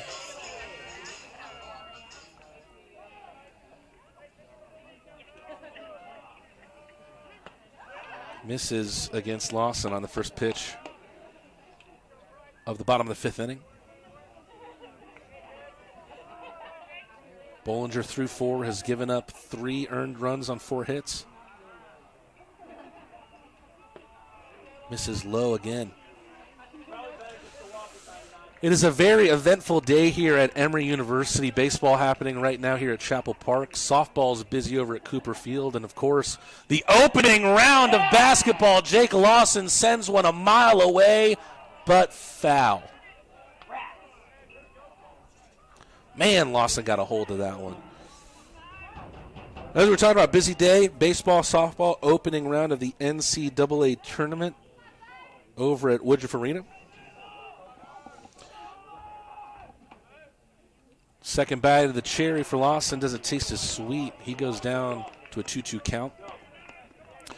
No matter where you're spending your day with us, whether it's on the baseball stream, the softball stream, or the basketball stream, we just appreciate you spending your day here with us at Emory. Here's a 2-2. Down in the dirt, count moves full. 3-2 count, an interesting one for Bollinger. He has 2 walks on the day, but also only 1 strikeout. How is the opener of the bottom of the 5th going to end for Bollinger? Lawson sends one into play. He's got wheels, but he'll stop at first.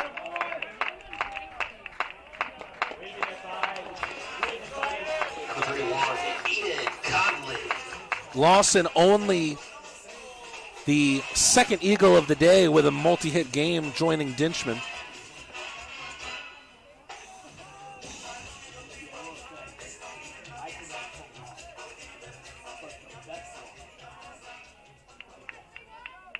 Aiden Conley, I don't believe, is Latin American by any means, but definitely brings some Latin American flair with his walk-up song.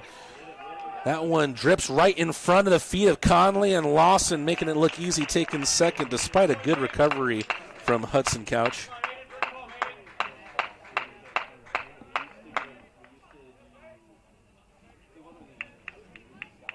Goes down in the scorebook as a wild pitch.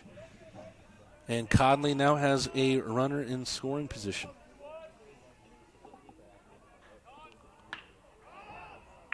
The curveball catches a lot of the plate, but Conley can only direct it into the bright day's sky. Daniel Bell able to watch it into the glove after calling off Number 18, McLarnon. Sicoli 1 for 1. Took a full count walk in the first, singled in a right in the third. It was he who ended up coming around on Dinchman's single in the third to take the lead at 4-3 at that point.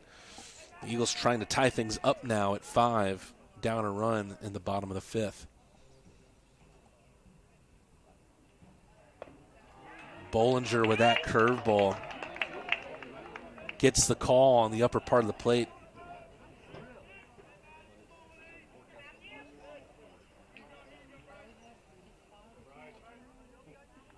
Goes back to it, and he's got an 0-2 against Sicoli.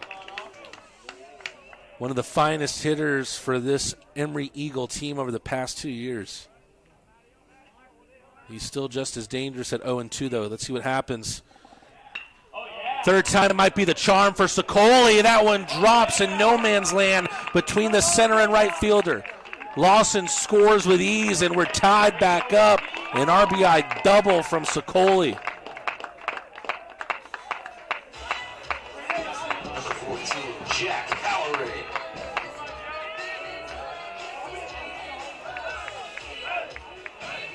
That's the danger you risk with the heart of this Emory lineup. If you give up the big hit from Sicoli, right after him comes Halloran, and with one out, he has a chance to snatch the lead right back for the Eagles.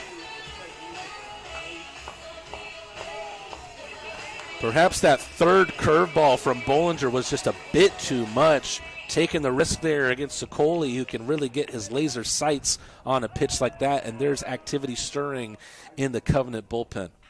Halloran drills one, sends one long. You're going to have to watch that one go all the way.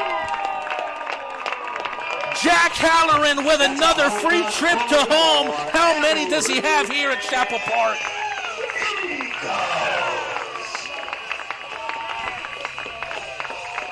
The Eagles and the Scots might find that one out on Lookout Mountain tomorrow.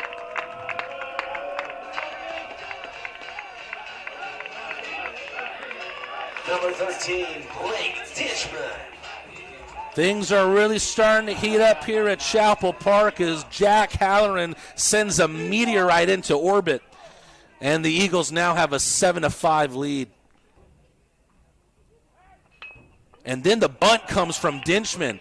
Not exactly what you're expecting out of the catcher. Gilbert able to field it cleanly, but his throw was lacking. And that one's going to go down as a bunt hit for the catcher. Number 23, Zach Wasserloff.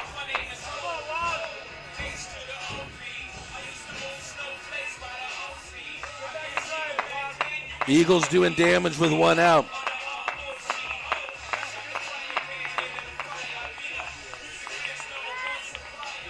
Zach Wasserloff, the next man up to bat. 1 RBI on a fielder's choice today. Breaks to the outside, ball 1. But Dinchman caught up in a pickle. Dinchman quickly back to first. Dinchman gets a little lucky with the gamble and a little gesture at first base to show that he does indeed have what it takes, I suppose.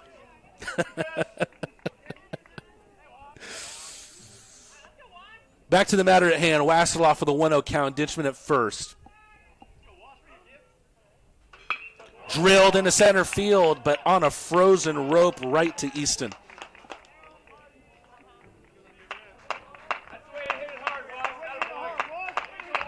Wasserloff hits it hard, but lacked the direction he wanted, and Brock Liu believe he potentially poses as Bollinger's last hitter to be faced on the day. I think either Bollinger will retire Liu and not come back out for the 6th inning, or Liu gets a hit here, and then Bollinger gets the hook. Let's see what happens. Lou able to get the hands in on that fastball that came inside.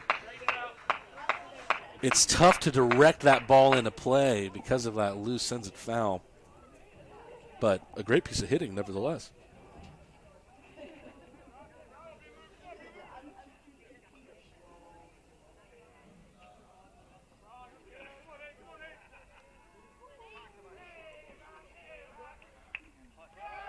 Back to the curve, knowing it's coming. We see the runner, Dinchman, try to take second, but he gets caught.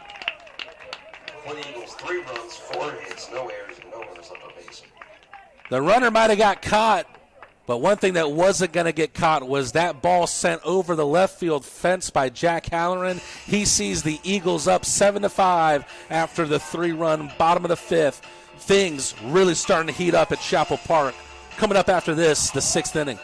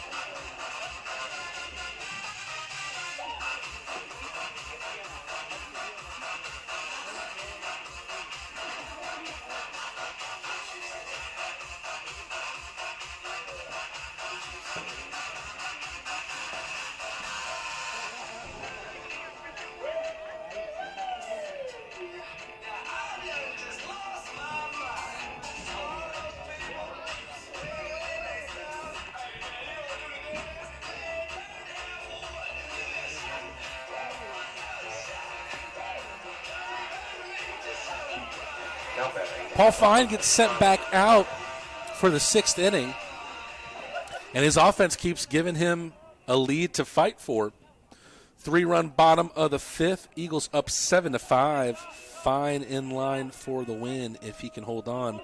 There is activity in the bullpen, left-handed activity, in fact.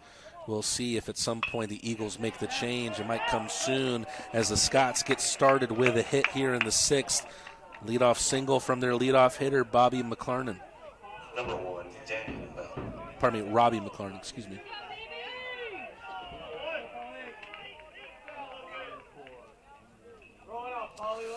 One pitch, one hit. That brings up Daniel Bell, who's 0 for 3 on the day. First pitch strike from Fine, who finally paints the outside corner. So many places you can go with the last name Fine. I apologize if you're rolling your eyes at home. Drilled down the right field line, but foul.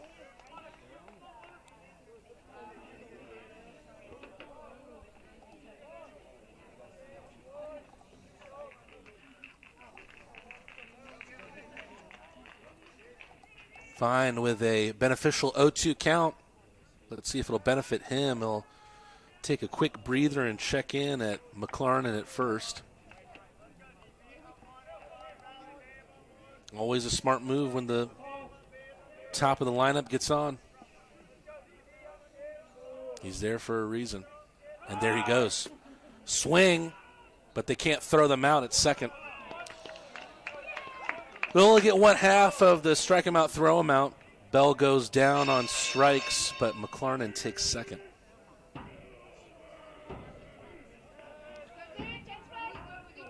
Number 16, Zeke Gilbert. Zeke Gilbert 0 for 2. He did reach on a hit by pitch in the 4th. Tying run at the plate for the Scots. Dinchman with a great recovery on that pitch that was well outside from Fine. McLarnon was thinking about it, but Dinchman with a good recovery, able to keep him at second.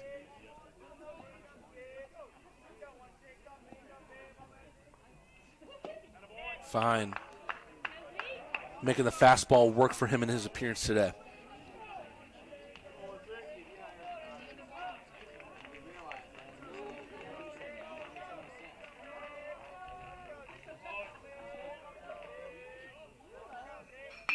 That one poked into right field, and it's going to get down out in front of Sicoli. Red light for McLaurin at third, and there's going to be runners at the corners.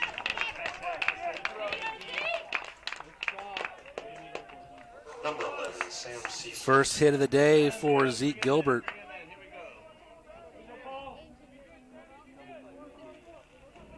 And this game continues to take turns where a final score seems just unpredictable at this point. 5-7, but the game-tying run at first base, the go-ahead run at the plate, and Sam Cecil. And Cecil is the type of profile of hitter who you could definitely expect to potentially take the lead in one swing of the bat here. Outside from Fine.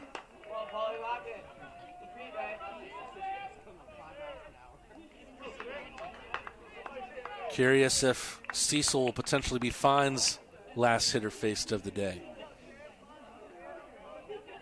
Hopefully there's another out on the scoreboard for the Eagles before they have to make that decision. Here comes the 2-0 pitch. Faking the steal. Dinchman up on his haunches. Gilbert decides not to run, and Cecil takes strike one.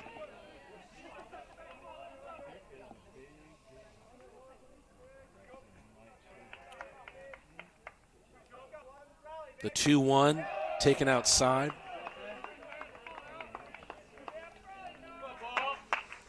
Another ball will load the bases for Benjamin Johnson, who's reached safely in all three of his at-bats today. A walk, an error, and a single. And that looks like that will be what the Eagles have to face here, a bases-loading walk against Sam Cecil.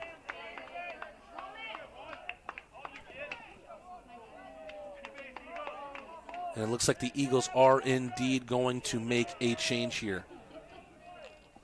Look, Paul Fine came into a very sticky situation and really calmed things down for the Eagles, but it's just starting to get sticky back once again, and Bobby Perez will make the change. High fives all around from his infield, and Paul Fine makes his way back to the bench. A very, very good performance in relief.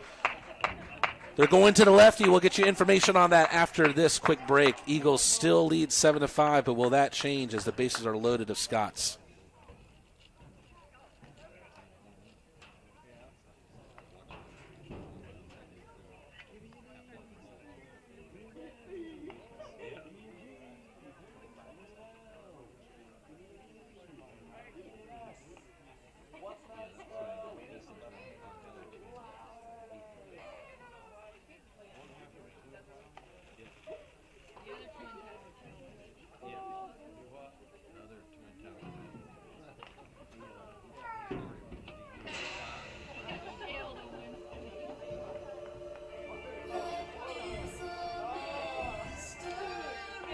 Your attention now, pitching for the Eagles, number 21, Ryan Kelly.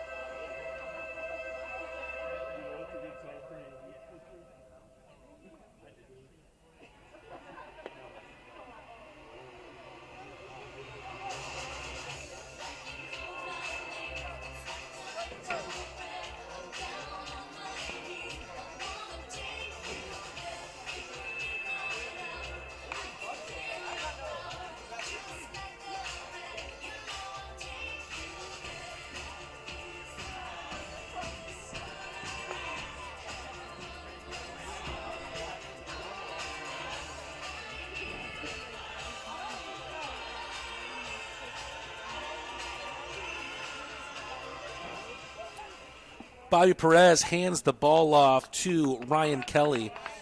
Kelly with a ERA of 9.95, but his last 2 appearances have resulted in a total of 3 innings pitched of 0-run baseball. And he gets the second baseman to swing on the first one, Benjamin Johnson. As we said before the break, he's reached on all 3 of his at-bats today, a walk, an E6, and a single.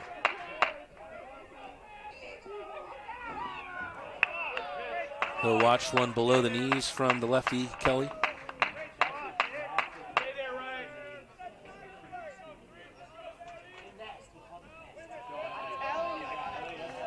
Kelly, the senior lefty. Dirty pitch that is on the inside part of the plate and still got the swing from Johnson.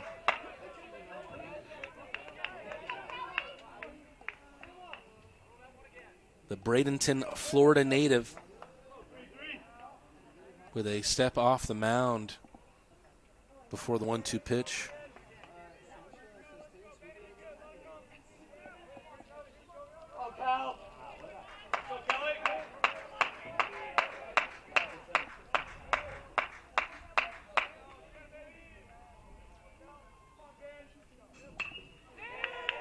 Popped up, but this one in the Bermuda Triangle.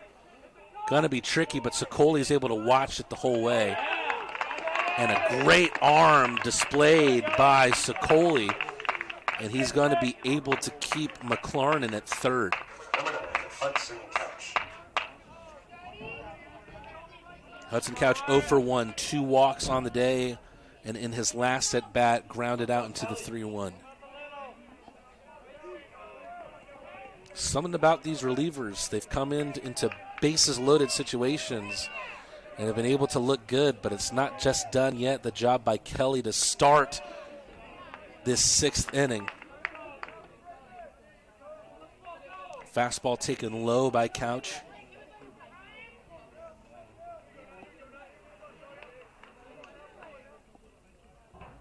Lefty against lefty action here with 2 outs. Hacked right over the foul netting over the backstop.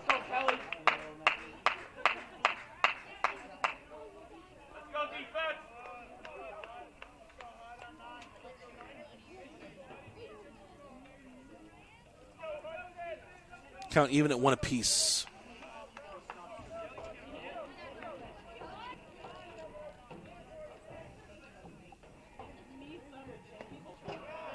Slider misses outside.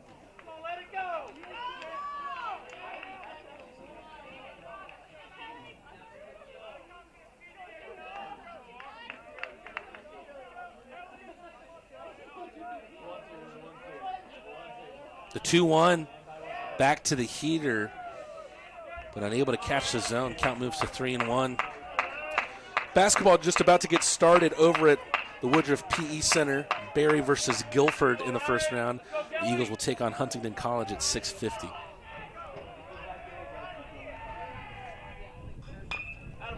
Little knock over to second base. Throw over to first is in time. Brock Lou showing the wheels, and he gets the Eagles out of it. Emory showing some resolve through the relievers to get out of a bases-loaded situation once again, and they're able to keep a 0 on the frame in the 6th inning. They have the edge at 7-5. Bottom of the 6th coming up after this.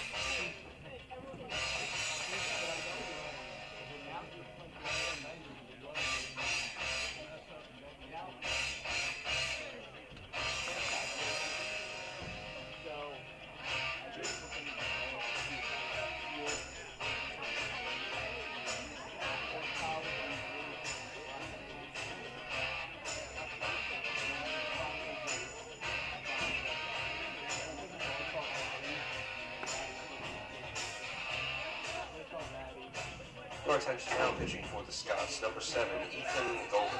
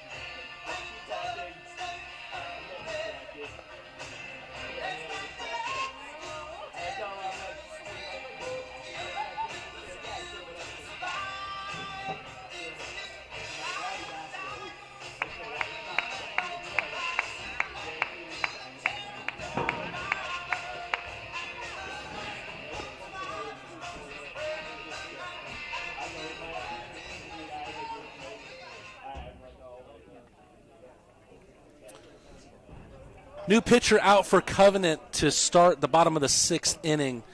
It's going to be Ethan Gabert who takes the ball away from Bryce Bollinger.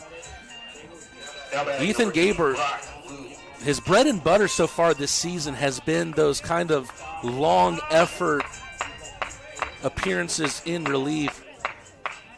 3 appearances thus far on the year for Gabert. The first 2 were 4 innings apiece. The last one was 2, and this one might not start out the way he wanted to. Ball set long, still going, and creeps over the wall. Leadoff home run from Brock Liu.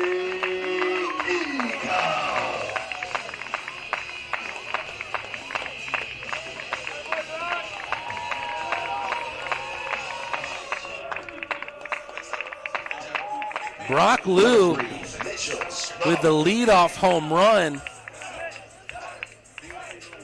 Trying to check if that is the first in his career.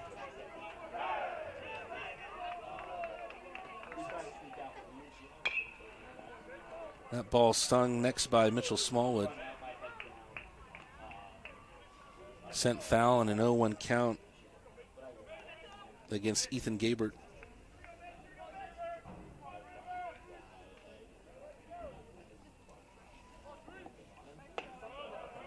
He'll take the next pitch to even it up at 1 apiece.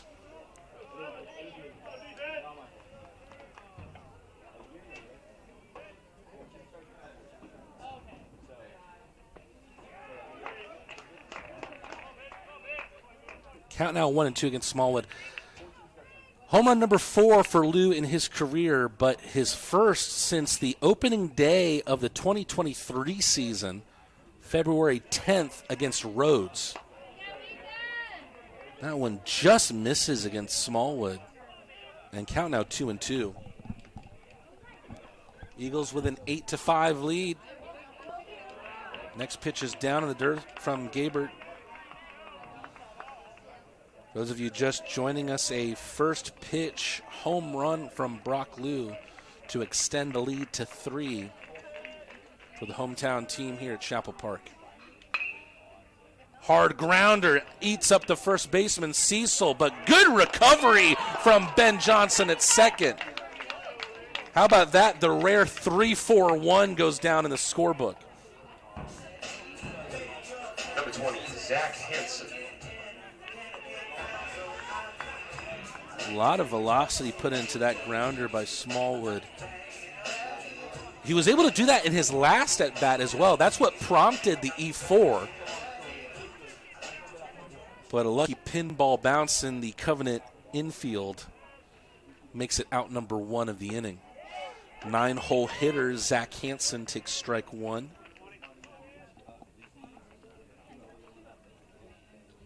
Eight runs on 9 hits for the Eagles. Getting their eyes on their first new pitcher out of the bullpen of the day.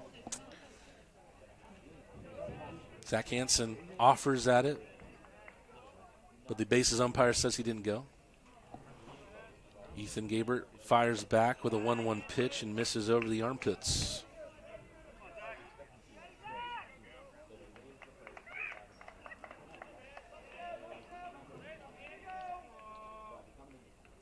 The 2-1 drilled to the right side, but foul.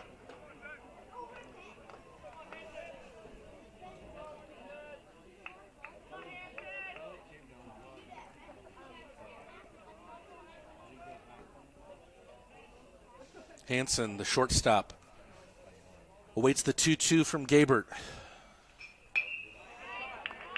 Another hard hit ball, but another foul to the right side.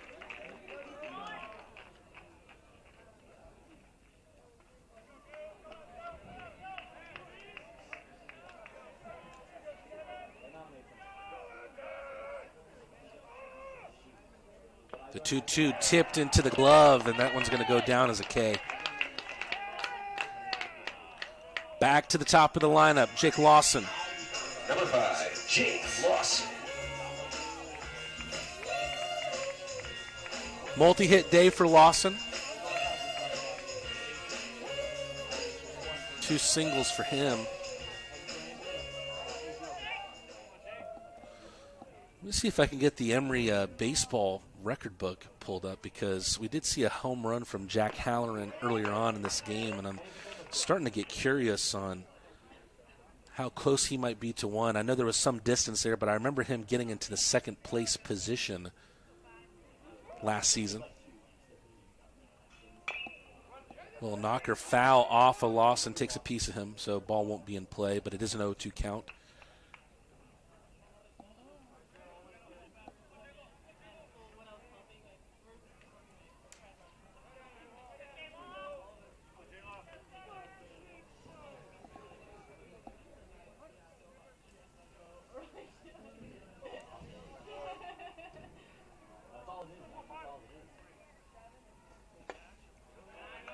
Watching it closely, Lawson will take the first ball of his at bat.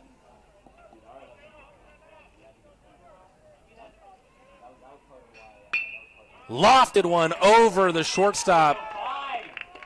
Cutting off the gap in left field is Bell. How about a 3-hit day for Lawson? Number 31, Aiden Conley.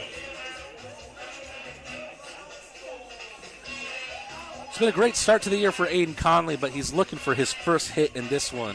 0 for 3, grounded out to first, grounded out to second, and flew out to left.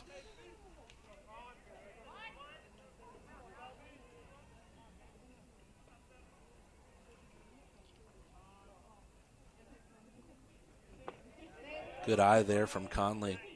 Thought about it, held off, took ball one.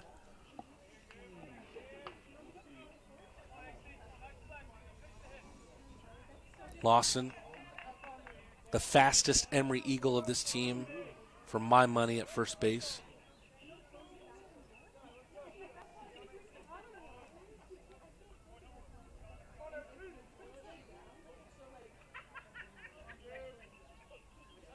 Big lead from Lawson, but doesn't go, and the pitch taken inside by Conley.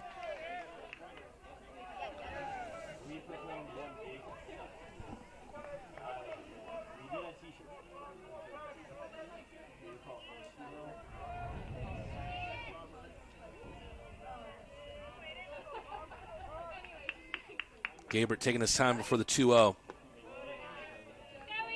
Didn't help him muster anything over the plate. And instead, he now has a 3-0 count against Aiden Conley. In a position where he needs to find the strike zone here. Lawson at first, Conley awaiting the 3-0 pitch. He's able to do just that. Get back into the mix with the 3-1.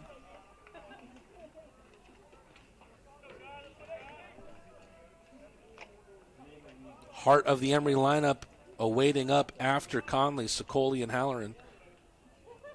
The heart in more ways than one. Runner going. Chopper to second base. They get Conley by plenty.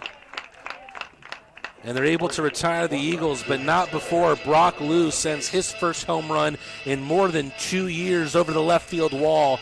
We go to the 7th inning. It's getting down to crunch time for these two teams. Eagles lead 8-5.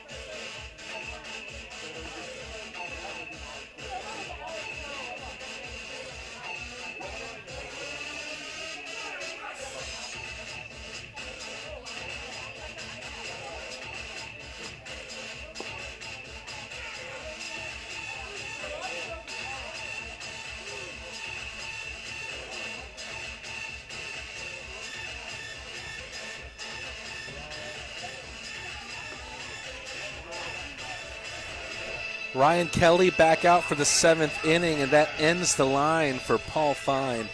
3 innings pitched, gave up 2 runs, none of them earned on 4 hits. Struck out 3 and walked 1. A really good day for Fine, and he's currently in line to win this game. He was also helped out by Ryan Kelly as Kelly came on with the bases loaded, and he was able to keep the Scots off the board. Let's see if he continues to be able to do that here against McGaskill. McGaskill, perhaps the author of the most controversial moment of this game thus far, sent that hard hit ball down the left field line. Covenant coaching staff, along with players and the fans here in attendance, convinced that that one was off the foul pole and down, but it was ruled that it was off the top of the wall instead. We'll see how crucial that is in the end to the narrative of this game. But right now, a 2-1 count for McCaskill. Had 2 strikeouts before that big double. Sent a mile high into foul territory.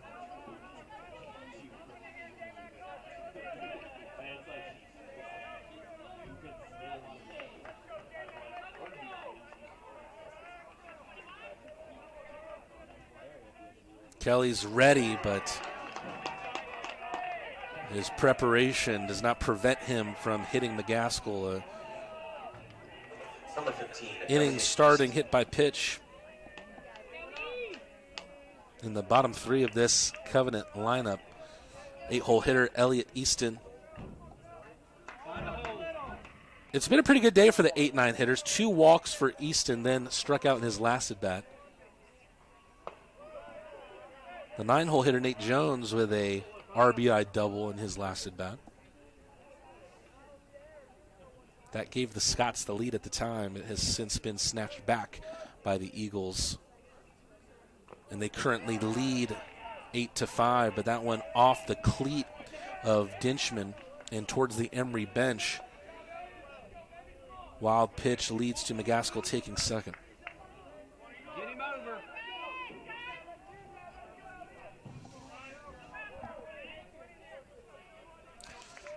Lefty against lefty. Kelly against Easton.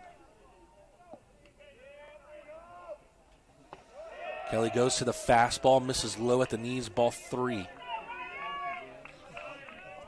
was a pleasure to be joined very briefly by Mike Twardowski here in the press box. Always great to see a very familiar face here at Chapel Park, but things starting off dangerously here for Ryan Kelly in the 7th. A hit by pitch and then a 4-pitch walk. 0 outs, and the 9-hole hitter Nate Jones close to flipping the lineup card in a favorable position for the Scots. Coming out for a consultation is Sam Carpenter.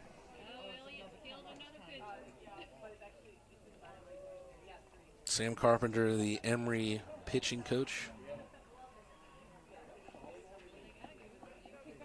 He's been a part of the team for the past 3 seasons, helping the team in that time to 2 UAA championships. Had a stellar career pitching at Piedmont University, down the street in DeMorest. Also a familiar face for me is on the Covenant side, actually. Assistant coach Isaac Boughton, who was a Kennesaw State Owl. Familiar with his time there, as I believe he was just there for a graduate year. Immediately gets out of the collegiate game and heads straight back in to be a coach for Doug Simons. Doug Simons, nearly 2 decades spent at the helm of this Covenant program. Tying run at the plate in Nate Jones. Shows bunt. That one gets through the 5-hole of Dinchman, and the 2 runners will advance for the Scots.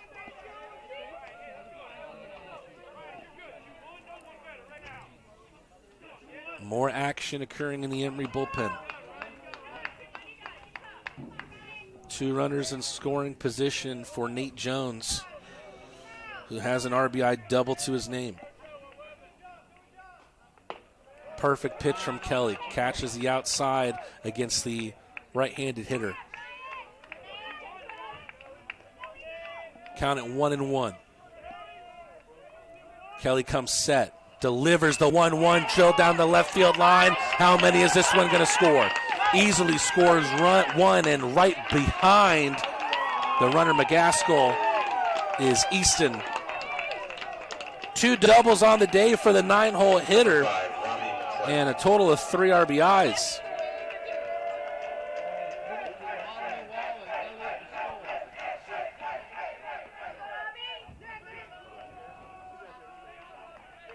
So the game-tying run was at the plate. It's now at second base, and the go-ahead run is at the plate. And the leadoff hitter for this Covenant lineup, Robbie McLarnon. And he sends one into center field. Lawson tracking some ground, makes the catch. Runner heads to third. A good throw, but just a little bit offline. And Jones going to be safe at third.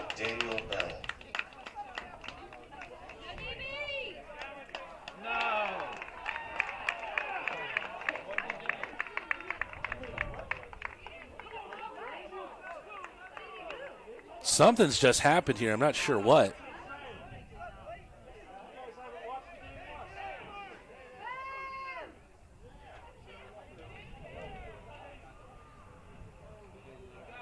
I believe what happened is they just sent perhaps the ball over to second base and called him out.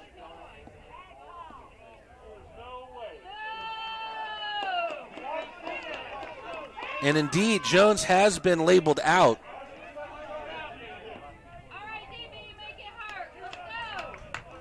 Didn't get a good view of it. I believe Jones was adjudicated to have left second early.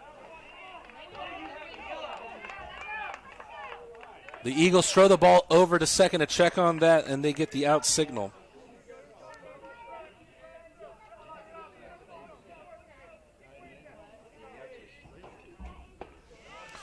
Pitch from Kelly is low, even count at 1-1.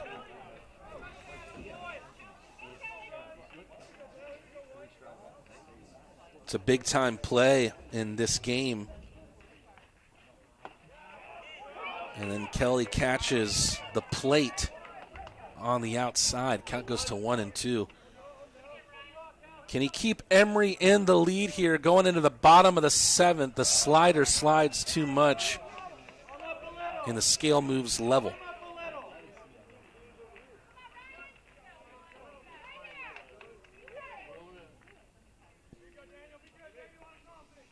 The 2-2 pitch.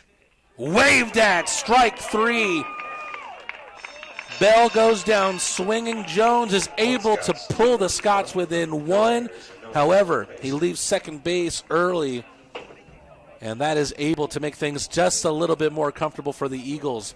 Still a close 1-run game going to the bottom of the 7th. Emory leads 8-7.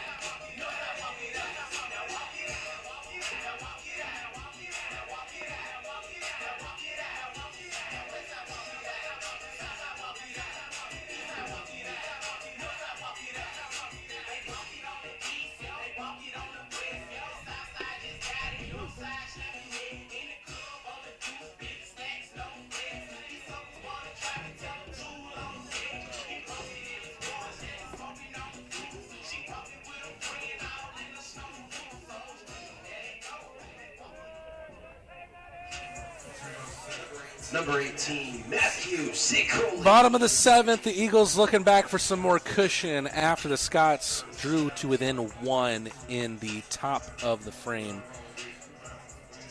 The Eagles will start out with the heart of their order. Batter number 3 of this lineup, Matthew Sicoli, awaits that pitch and drills it foul.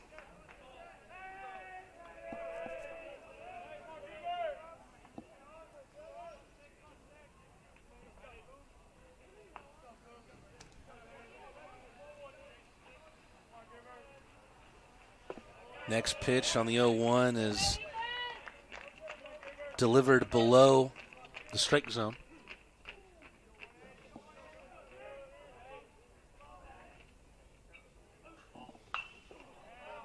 Got ahead of that one and sends it foul, but luckily out of play for Sicoli.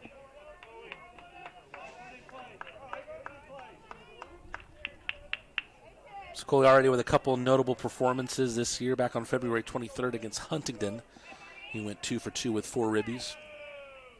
A big 15-0 win for the Eagles.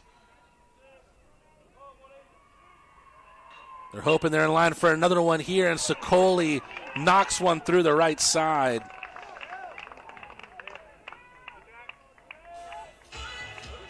Sicoli 3 for 3 on the day. Jack Halloran.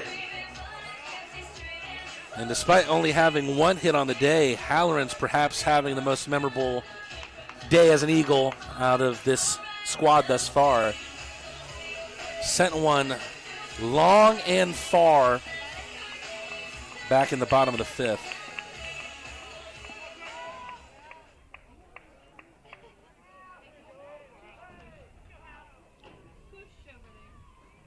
An absolute meteorite that is perhaps still in orbit. Halloran with home run number 24 of his career.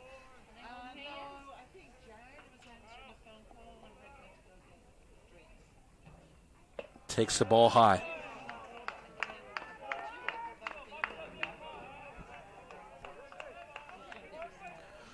Two home runs on the day, both belonging to the Eagles. That's played a part in this game thus far. One for Halloran and one for Lou. Both in the left field and both impressive. Slider slides below the zone. And Gabert, who's returned to the mound in the bottom of the 7th, at risk of walking Halloran on 4 pitches.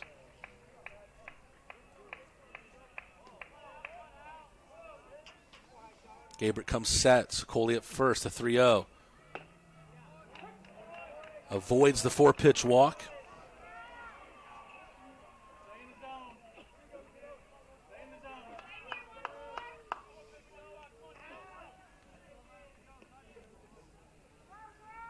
Quick peek over at Sicoli at first. Comes set.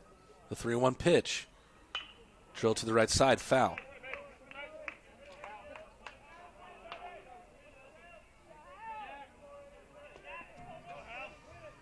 Count moves full for Halloran against Gabert.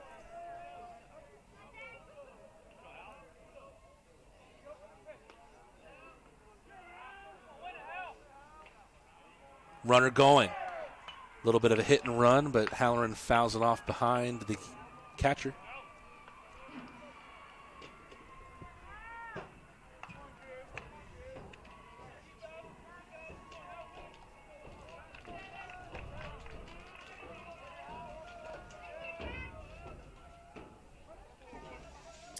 Let's see if Sicoli's moving on the 3-2 count again. Indeed he is, and Halloran sends another one. Is this one going to get over? It just doesn't have enough mustard on it, and it's into the glove of Bell. Sicoli has to go back to first, is still able to advance to second. Sicoli showing the wheels there. Number 13, Blake Ditchman. Halloran's ability to send one on or ride was giving us deja vu from his big home run in the bottom of the fifth, but comes up just a little bit short the next time around. And Blake Dinchman comes back up to the plate. A very, very good day for the Emory catcher. 3 for 3, 3 knocks, and 2 RBIs. Has a runner in scoring position in Sokoli, which is exactly what you want with Dinchman up at the plate. However, he offers at the first pitch, and it comes off the barrel foul.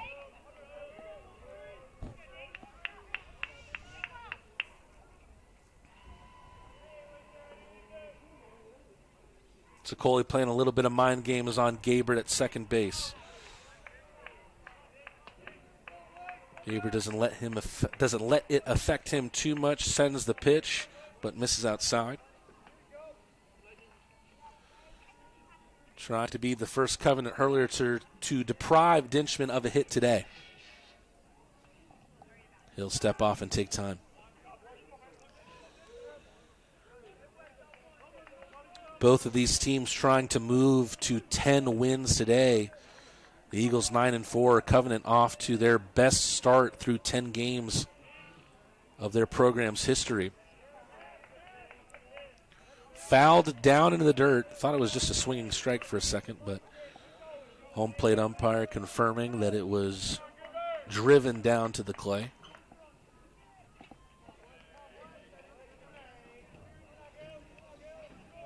Runner in scoring position in Sokoli. Dinchman at the plate with a 1-2 count against Gabbert. On deck is Zach Wasserloff. Gets a piece of it. Drives it towards the backstop. Stays alive at 1-2.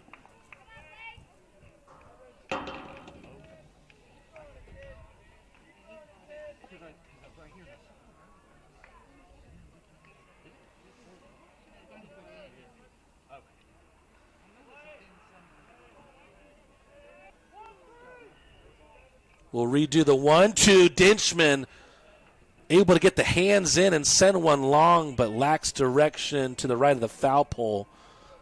I think that one strikes a Toyota Tacoma hard.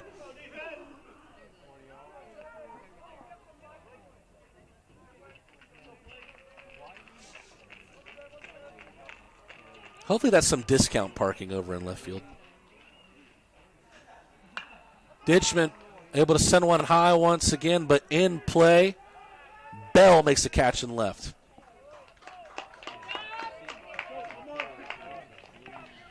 Back-to-back outs recorded by Bell in left field, and Wasserloff. Perhaps the last opportunity for the Eagles to create some distance here in what has been a heavyweight boxing match between these two Georgia programs.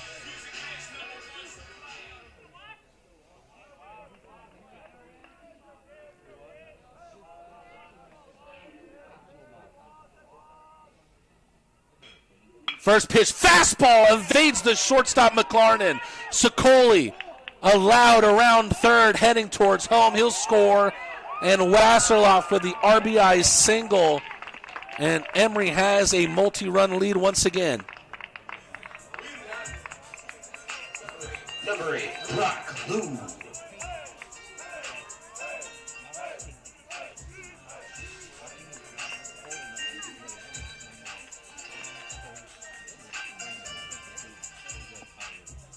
Brock Lou, one pitch was all he needed back in the 6th inning. He led off the bottom of the 6th, and his solo shot was a big part of this game. Wasserloff with wheels towards second, just safe.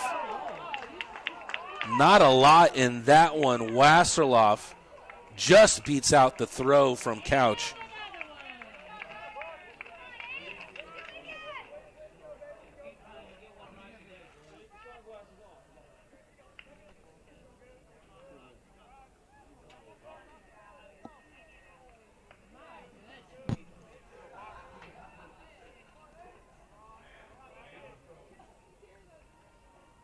Pitch from Gabbert, misses outside.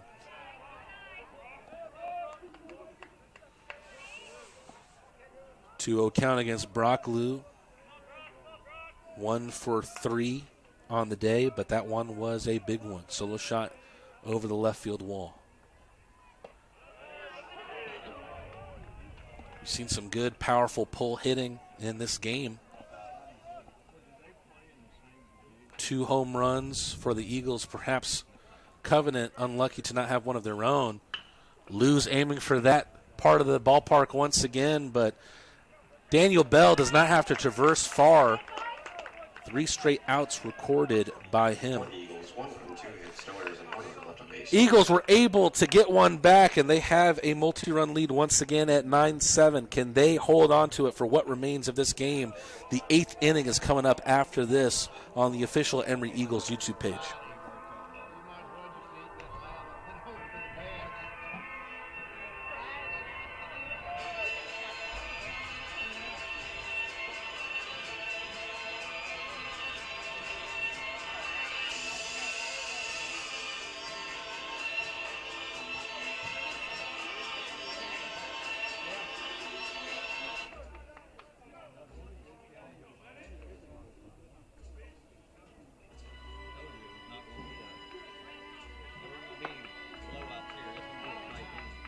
Your attention now, pitching for the Eagles, number 11, Bennett Spacher.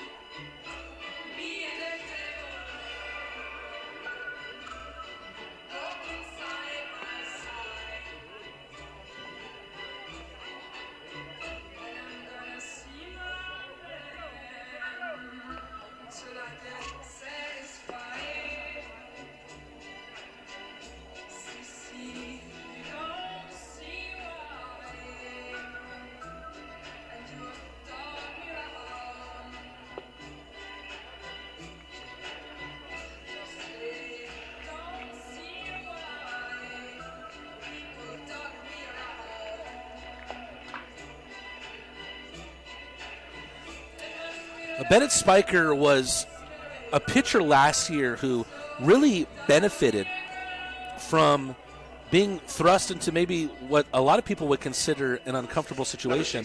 The Emory Eagles with a lot of injuries last year for their pitching staff. Spiker, who didn't appear a lot through his first 2 seasons as an Emory Eagle, I'll never forget his emergence for this Emory Eagle team here at Chapel Park March 2nd last year. He came into the game in relief and struck out 7 out of the bullpen. No doubt a memorable day for him and a chance to keep the Eagles in a winning position. And he'll field it himself. Great play from Spiker on the comebacker from Gilbert.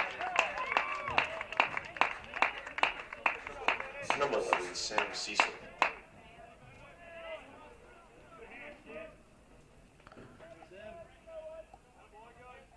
The Eagles would love all the easy outs they can get the rest of the way here. 2-run lead, and leads have evaporated quick for both teams today here at Chapel Park. Cecil takes one just high over the zone. Cecil has not been given a lot of opportunity to swing the bat today. He would love to just get aluminum on leather here, and he's 0 for 1, 3 walks and a strikeout.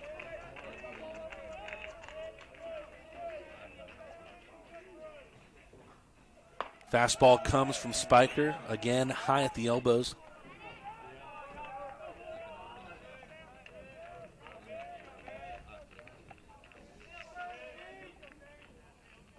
Fires back with a 2-1. Gets the heart of the plate. Sent through the left side by Cecil. Diving Conley can't get there. And a 1-out single for Cecil and the Scots. 33, Benjamin Johnson. Cecil and the Scots, that sounds like a good 60s band name, I think.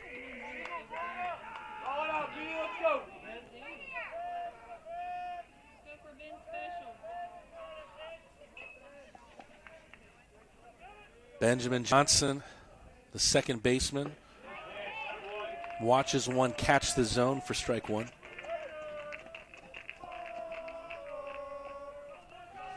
Tying run at the plate once again for the Scots. Driven hard, but out of play and foul. Let's go, B.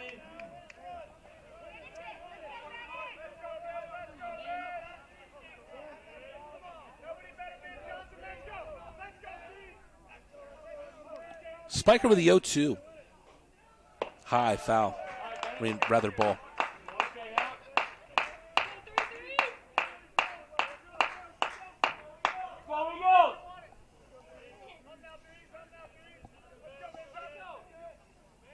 The 1-2. Knocked to the left, foul.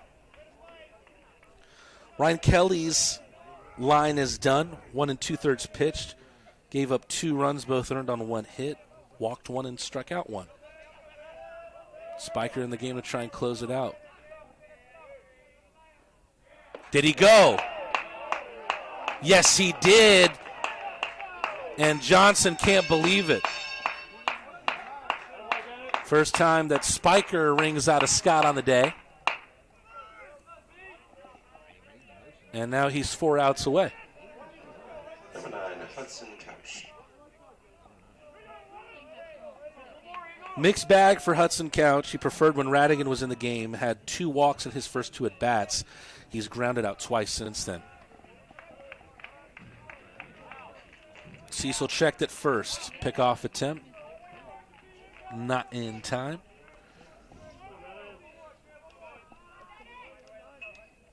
Spiker will start off Cecil with the breaking ball at the knees, strike 1.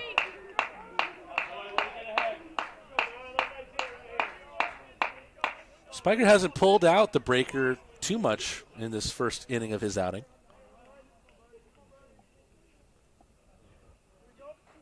Goes back to the heater, misses high.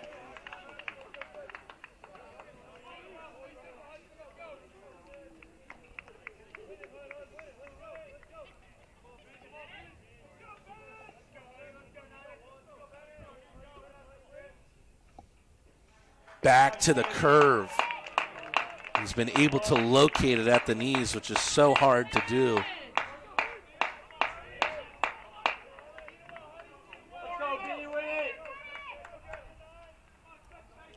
He's a strike away from needing 3 outs. Fastball outside.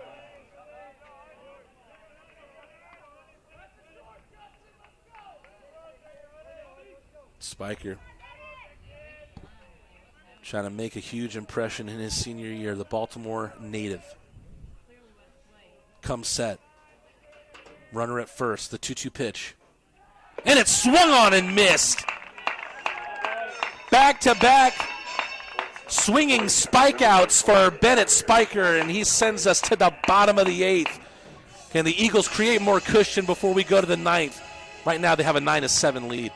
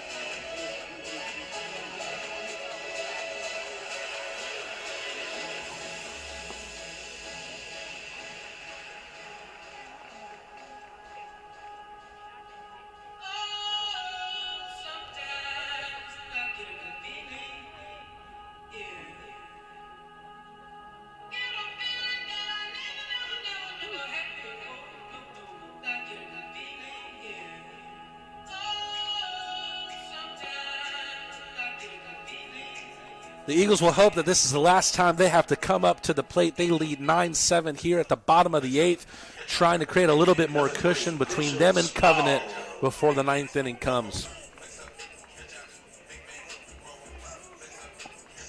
Mitchell Smallwood, the 8-hole hitter,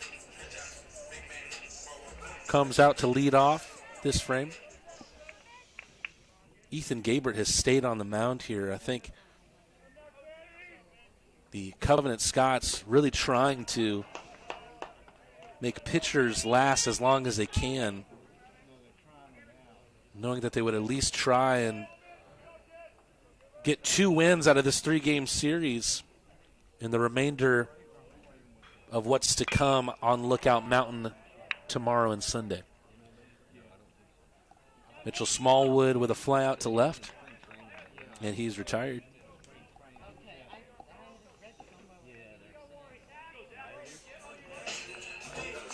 Number 20. Pardon me, it's actually a doubleheader tomorrow. So game 1 happening on Lookout Mountain at noon, and the second game happening around 3. You know how it is in baseball.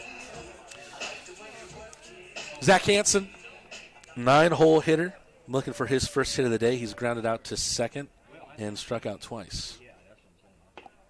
Takes strike 1.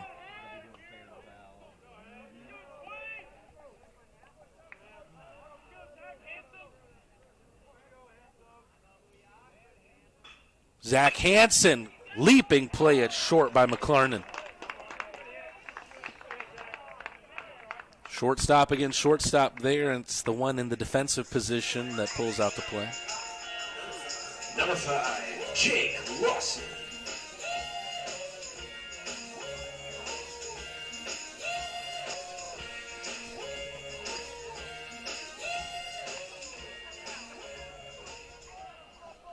Jake Lawson, 3 for 4 day for the center fielder, and you can make that a 4-hit day for him. Drives one through the left side. 4 hits on 5 at bats, all of them singles. Number 31. Someone who hasn't reached base today is Aiden Conley.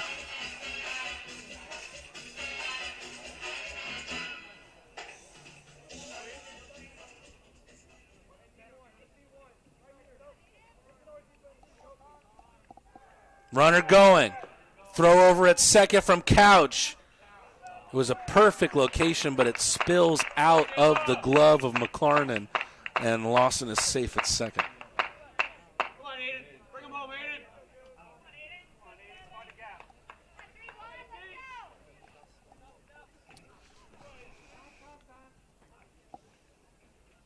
Quick time called by Couch.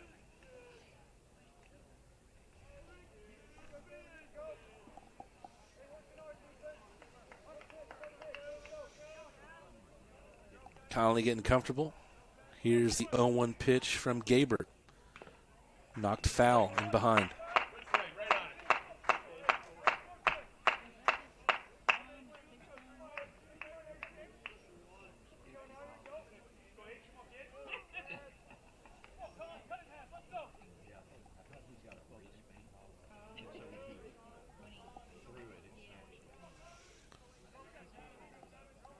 Gabert trying to send us into the 9th. The 0-2 pitch. That one knocked off of something. I think it just caught Couch off guard. He lets it run, and it spills towards the backstop.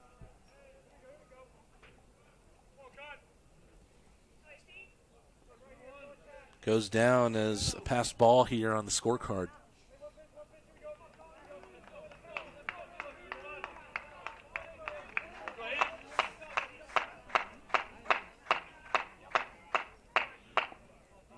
Gabert still just a strike away. But Conley drills it, but right at second baseman Benjamin Johnson. Couple of infield liners. Lawson got himself 90 feet away from making it a 3-run game, but it stays at 2. The Eagles trying to secure the spoils against their fellow Georgia program. Can they close it out in the 9th? Here comes Bennett Spiker. 3 outs to go. Let's see if the Eagles can get it.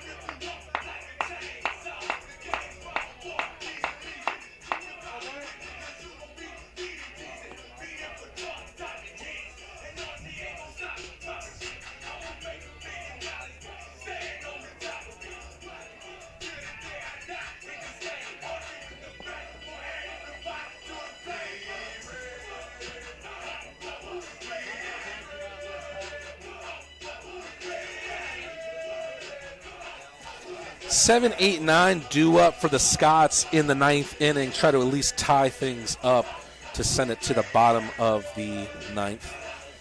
Taking a look at the all-time history between these two teams, the Eagles have won 2/3 of the 30 games, 20 wins and 10 losses. However, the longest win streak that has been experienced by either team in this series is for the Eagles, and they're currently on it.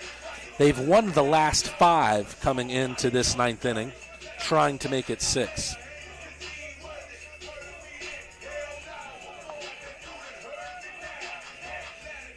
And mind you, home field advantage has played a part in this all-time series. Eagles 11-4 at home, but 9-6 over on Lookout Mountain. So the Scots will be not okay with losing this game, but will feel a lot better about it if they're able to go back to Lookout Mountain tomorrow and take both games of the doubleheader. Again, those games happening at 12 and 3 tomorrow. Spiker looking for the 2-inning save. He goes up against Josh McCaskill, who offers at the first pitch, making the count 0-1.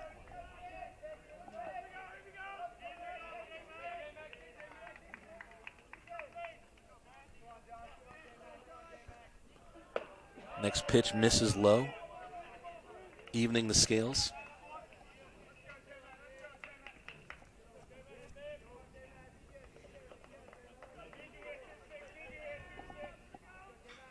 Driven into the outfield, and that one bounces before it reaches Lawson. A leadoff knock is just what the doctor ordered for the Scots. Number 15, Elliot Easton.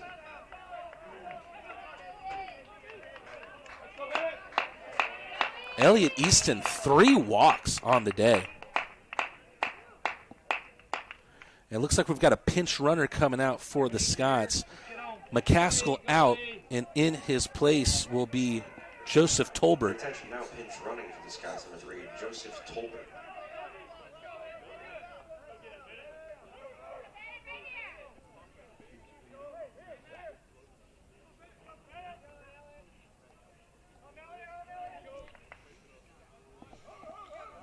Tolbert with a big lead at first. Spiker just inside on Easton.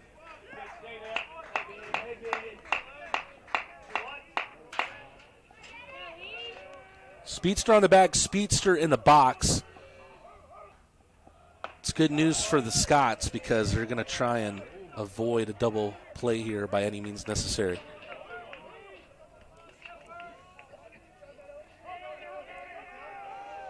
Spiker behind in the count, 2-0. Here's the pitch. Right down Broadway. Back in it with 2-1.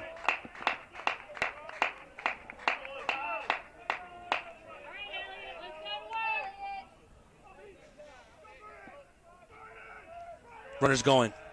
2-1 pitch into the outfield. Lawson barely has to make a step, makes the catch. 1 on, 1 down. Number 4, Nate Jones. And Nate Jones, who's had a mixed bag today. He came on in the top of the 3rd with the bases loaded, rolled out into a double play, but since then he has 3 RBIs through 2 doubles. Spiker misses high, ball 1.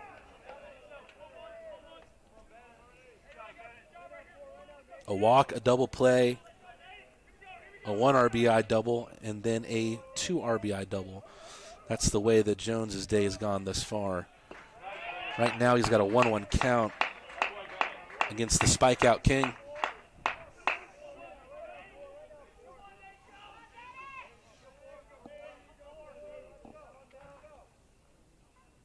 Spike where the 1-1 comes in on the hands. Jones offers at it. His body language telling me that he regretted doing so. He's down 1-2 in the count.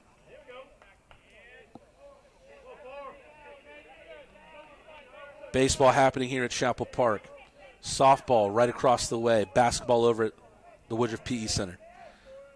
The 1-2 pitch swung on and fouled. I think it's worth noting a big round of applause for the Emory communications staff today. a big day here on Emory's campus, and they've always performed at top peak performance despite being stretched thin. 1-2 pitch from Spiker. Chance to turn 2 here. 5, 4, 3. How about that for a punctuation mark? Jones grounds out into his second double play of the day and ends things with a 9-7 win for the good guys here on the official Emory YouTube page.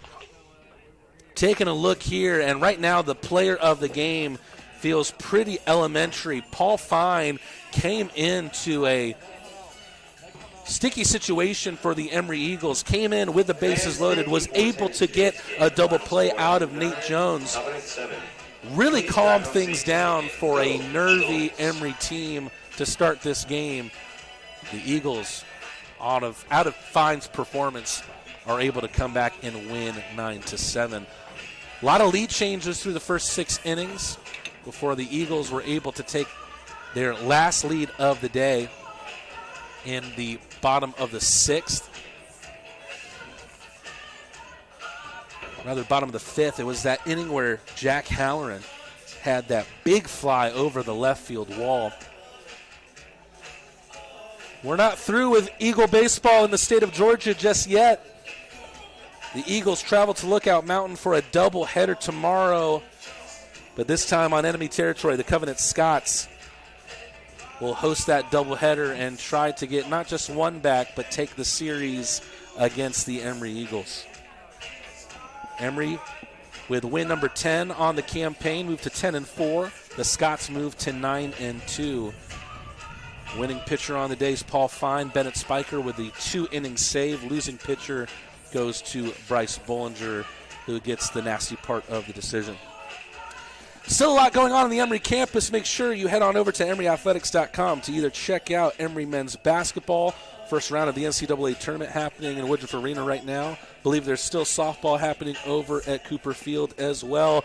But on behalf of the Emory staff here at Chapel Park, this is Matt Teenrad saying so long. The Emory Eagles defeat the Covenant Scots 9-7.